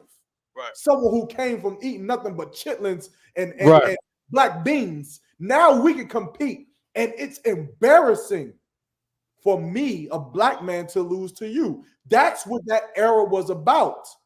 But at some point, it became about accepting the white rapper. Now Eminem has to have the black friend who Right. accepts him and brings him into the black culture. Now we have to do those things. We have to have movies like Friday Night Lights where the white coach isn't bringing in the black football players. Is that Friday Night Lights or that's another movie? Remember the Titans. Remember the Titans. That's what I'm talking about. Now we came into an era where we left the competitiveness of fighting against our oppressor to now joining them. Right. And now today, we're in an era of appeasing them. We were competitive with them. We wanted to join and be equal to them. And now we want to appease them. Right. And that is the problem. Because now, instead of hating your oppressor, now you hate your family. That's right. You hate your people. You hate the people that look like you because you have to be better than them so that you can appease white people. So you can appease Beverly Hills, so that you can appease Hollywood, so that you can appease the WNBA or the NBA or the NFL. You have to be better than black people. Now that's the problem. That's the goal. That's the strive, to be better than people that look like you and I. You want to fix black crime in America? Then you show them who the real criminal is. You can't just tell black people to not be soldiers. You can't just tell them to lay down their guns. They won't. Just like you won't tell white people to lay down their guns. They won't lay them down for nothing because they're going to defend their people. The problem is, the difference is that the Ku Klux Klan knows who their enemy is. The Aryan Nation knows who their enemy is. The skinheads, the Pasakamatazi, they know who their enemy is, and they'll never lay down their guns. And as long as they have an enemy, then they have a need for brotherhood because they need each other to fight against their enemy. You want black people to stop fighting against each other, then you give them their enemy back. Their enemy is your oppressor. Their enemy is that devil that has been slaughtering them for 400 years. And when they realize that they don't have time to rob from each other anymore. Right. It's time to murder each other anymore because it's time to fortify our fronts. It's time to fortify our fronts, Salakia. It's time to get together now. Once we have that, now economics comes into play. Now we can have Zephaniah 2 and 1 gather together Now we can do these things because we know the reason why we're gathering together is because there's a people that wants to keep us apart. The reason why we need to bring our economics together is because there's a specific people that wants to make sure that we're poor. The reason that we won't kill each other anymore is because there's a specific people that want us to die. Right. And we ain't going to lose that battle. You know why? Because we the greatest people on the face of the planet Earth. And you've been trying to murder us and unalive us for 400 years. And for 400 years, we've triumphalized. We've survived. And we've made do with every wicked, racist thing that you've given to us. You want to save black people? You tell them who the devil is. That's right. You show them who the oppressor is, man. Right. And you give them that competitiveness back. Then maybe your children will go in school and do what they got to do. Then maybe your sisters will stop being whores. Because why? Because they have to be better than white people. They got to be better than the oppressor. And they have to out prolong their lives more than the oppressor, more than the devil, which is the white man. You understand? And that is my answer. That's our answer. That's what I think that we should do. Now, how do we do that? You brothers better get ready, man. Get ready to lace up your boots. You understand? Get into the Israelite school of UPK. Get into these classes. Do your 90 days, become a trooper, grow into these ranks, and get ready to go out to camp like Christ our King commanded us to do 2,000 years ago. So that we can go and teach Blacks, Hispanics, and Native Indians the truth about what our God said to us, about what our God told us to do, the instructions he gave us so that we can live. Otherwise, you just keep competing with each other. You just keep competing with Young Thug. A lot of people look at Young Thug and, you know, they look at him in prison and all this, that, and the third. You know what the next generation is thinking, Thamawan? They thinking of how can they be better than him? Right. How can they make it longer than Young Thug? Right. When you need to be better than Donald Trump. That's right. You need to be better than Margaret Sanger. You need to be better than Kim Kardashian. These are the devils you need to be better than, not each other. Right. Like the other one. Come on. Had a precept. Go ahead with it. Precept. It's the book of 1 John chapter 4, verse 20. Uh-huh. If a man say, I love God, and hateth his brother, he is a liar. Mm-hmm. For he that loveth not his brother, whom he have seen, how can he love God, whom he have not seen? That's it, all right. That's it. But we don't know who our brothers is anymore. We don't know who our sisters are anymore. We don't know who anything is anymore. We think that there's no such thing as color, no such thing as race, and all that other nonsense they teach us in the black church, in the white church, black church, whatever, in the Christian community. That's what they teach us. But we want to fix the problem. We're going to have to learn who our brothers are and who our sisters are and who our enemy is. And our enemy is the devil that the Bible speaks of, and that's our oppressor. That's right. Yes, man. That's what we better than. You understand? You're right. I don't want to be the best basketball player. I want to be better than every white boy on the court. That's why I look at every white boy on the basketball court, and I know as long as I'm better than them, right, I'm good to go. As long as they don't beat me.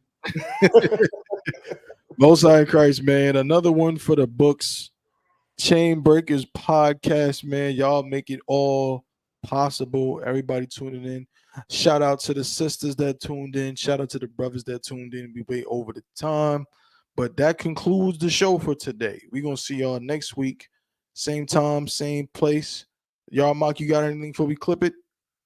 Now, to stay tuned with the Javelin, man, check the website. That's it, though. Atlanta Cookout Convention in YAHANNA will be in Buffalo, New York, 2 weeks from now. I think June 14th and 15th. Buffalo, New York, up there in Canada, baby.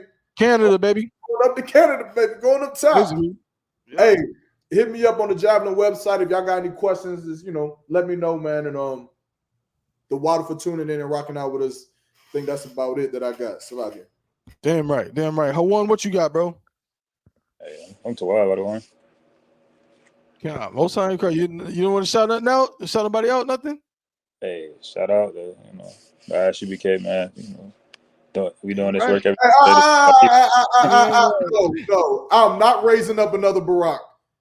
No, this nigga tried to hit the light skin, face, and tone Nigga said, hey, look, hey, just for all the women out there, just This guy right here is crazy. yes, come on, man.